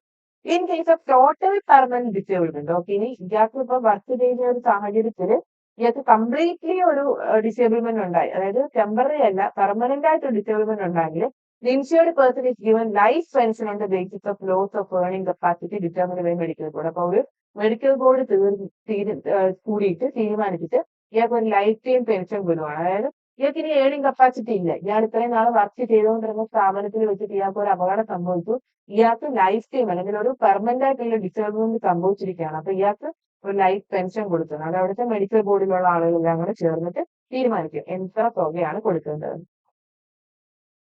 ഇനി അടുത്ത ഡിപ്പെൻഡൻസ് ബെനിഫിറ്റ് എന്താണ്, pension at the rate of 70% of wages is payable on monthly base, അതായത് സാലറിയുടെ 70% വരെ കിട്ടുന്ന രീതിയിൽ പെൻഷൻ കൊടുക്കുക, അതാണ് ഡിപ്പെൻഡൻസിനുള്ള ബെനിഫിറ്റ്. ഫ്യൂണറൽ എക്സ്പെൻസ് എന്ന് വെച്ചാൽ എമൗണ്ട് നോട്ട് എക്സീഡിങ് ₹5000, 5000 രൂപയ്ക്ക് മുകളിൽ പോകാത്ത രീതിയിലുള്ള തുക അവർക്ക് ഫ്യൂണറൽ എന്ന് പറയുമ്പോഴത്തേക്ക് ഈ മരണത്തിന്റെ ചടങ്ങുകളൊക്കെ അല്ലെങ്കിൽ മരിച്ചിടത്തിന്റെ ചെലവുകളിലേക്ക് അവർ 5000 രൂപയിൽ കൂടാത്ത ഒരു തുക കൊടുക്കുന്നുണ്ട്. റീഹാബിലിറ്റേഷൻ എന്താണ്, പുനരധിവാസം ഓൺ മന്ത്ലി പേയ്മെന്റ് ഓഫ് ₹10, അത്രയേ ഉള്ളൂ. ഓരോ മാസം 100 രൂപ എന്ന രീതിയിലാണ് റീഹാബിലിറ്റേഷൻ പുനരധിവാസത്തിലേക്ക് കൊടുക്കുന്നത്. ഇനി അടുത്ത് നമ്മളൊരു എർഗണോമിക്സ് പറഞ്ഞിരുന്നു അല്ലെ, എർഗണോമിക്സ് എന്താണ്, അപ്പൊ ഇത്രയേ ഉള്ളൂ ESI ബെനിഫിറ്റ് 1948 കാര്യത്തിൽ പറയുന്നത്. അപ്പൊ നമ്മൾ അതിന്റെ ബെനിഫിറ്റ് എല്ലാം പറഞ്ഞു, മെഡിക്കൽ പറഞ്ഞു, മെറ്റേണിറ്റി ബെനിഫിറ്റ് പറഞ്ഞു, ഡിപെൻഡൻസ് ബെനിഫിറ്റ് പറഞ്ഞു, എക്സ്റ്റൻഡഡ് സിക്നസ് ബെനിഫിറ്റ് പറഞ്ഞു, ഫ്യൂണറൽ എക്സ്പെൻസ്, റീഹാബിലിറ്റേഷൻ. എർഗണോമിക്സ് എന്ന് പറയുമ്പോഴത്തേക്ക് it is a study of men at work with view to identify stress factors operating in work environments and impairing the physical, mental and psychological health of workers and interfering with the work performance. അതായത് നമ്മള് ഇപ്പൊ ഒരു factory consider ചെയ്യണം, ഫാക്ടറിയിൽ work ചെയ്യുന്ന ആളുകളെ നമ്മൾ പഠനത്തിന് വിധേയമാക്കുകയാണ്. എന്നിട്ട് എന്ത് ചെയ്യുന്നു, എന്തിനാണ് ഇങ്ങനെ പഠനത്തിന് വിധേയമാക്കുന്നത്, to identify stress factors operating work environment. അതായത് ഇപ്പൊ ഒരു ഫാക്ടറിയിൽ വർക്ക് ചെയ്യുന്ന സമയത്ത് ഇവർക്ക് അവിടെ എന്തൊക്കെ സ്ട്രെസ് ഫാക്ടേഴ്സ്, എന്തൊക്കെ, അതായത് അവരെ ഫിസിക്കലി അല്ലെങ്കിൽ മെന്റലി അല്ലെങ്കിൽ സൈക്കോളജിക്കലി അഫക്ട് ചെയ്യുന്ന രീതിയിലുള്ള എന്തൊക്കെ സ്ട്രെസ് ഫാക്ടേഴ്സ് ഉണ്ടാകാം എന്നുള്ളതിനെ കുറിച്ച് പഠിക്കാൻ വേണ്ടിയിട്ട് നടത്തുന്ന ഒരു സ്റ്റഡിയാണ് ഈ എർഗണോമിക്സ് എന്ന് പറയുന്നത്. ഓക്കെ, എന്നിട്ട് ഈ സ്ട്രെസ് ഫാക്ടേഴ്സ് വന്നിട്ട് ഇവരുടെ പെർഫോമൻസിനെ എങ്ങനെയൊക്കെ അഫക്ട് ചെയ്യുന്നുണ്ട്, ഇതിനെക്കുറിച്ചുള്ള ഒരു പഠനത്തിനെയാണ് നമ്മൾ എർഗണോമിക്സ് എന്ന് പറയുന്നത്. ഓക്കെ, അപ്പൊ ഒക്കുപേഷണൽ ഹെൽത്ത് നമ്മുടെ ഇവിടെ തീർന്നിരിക്കുകയാണ്. ഒരു ചെറിയ ടോപ്പിക്കാണ്, ഇതിന് കുറച്ച് കാര്യങ്ങളൊക്കെ നമ്മളൊന്ന് മനസ്സിലാക്കി വെച്ചേക്കണം. എന്തൊക്കെയാണ് ഫിസിക്കൽ ഹസാർഡ്സ്, കെമിക്കൽ ഹസാർഡ്സ് എന്തൊക്കെയാണ്, പിന്നെ നമ്മുടെ ന്യൂമോകോണിയോസിസ് എന്ന് പറയുന്നത് എന്തൊക്കെയാണ്, അതുപോലെ തന്നെ ESI ബെനിഫിറ്റിന്റെ കാര്യങ്ങൾ, ഫാക്ടറി ടാക്സ്, ഒന്ന് രണ്ട് ടേംസ്, എർഗണോമിക്സ് ഒക്കെ പോലത്തെ ഒന്ന് രണ്ട് ടേംസ്. അപ്പൊ ഇത്രയേ ഉള്ളൂ നമ്മുടെ ഒക്കുപേഷണൽ ഹെൽത്ത് എന്ന് പറയുന്ന ടോപ്പിക്ക്. Okay, thank you.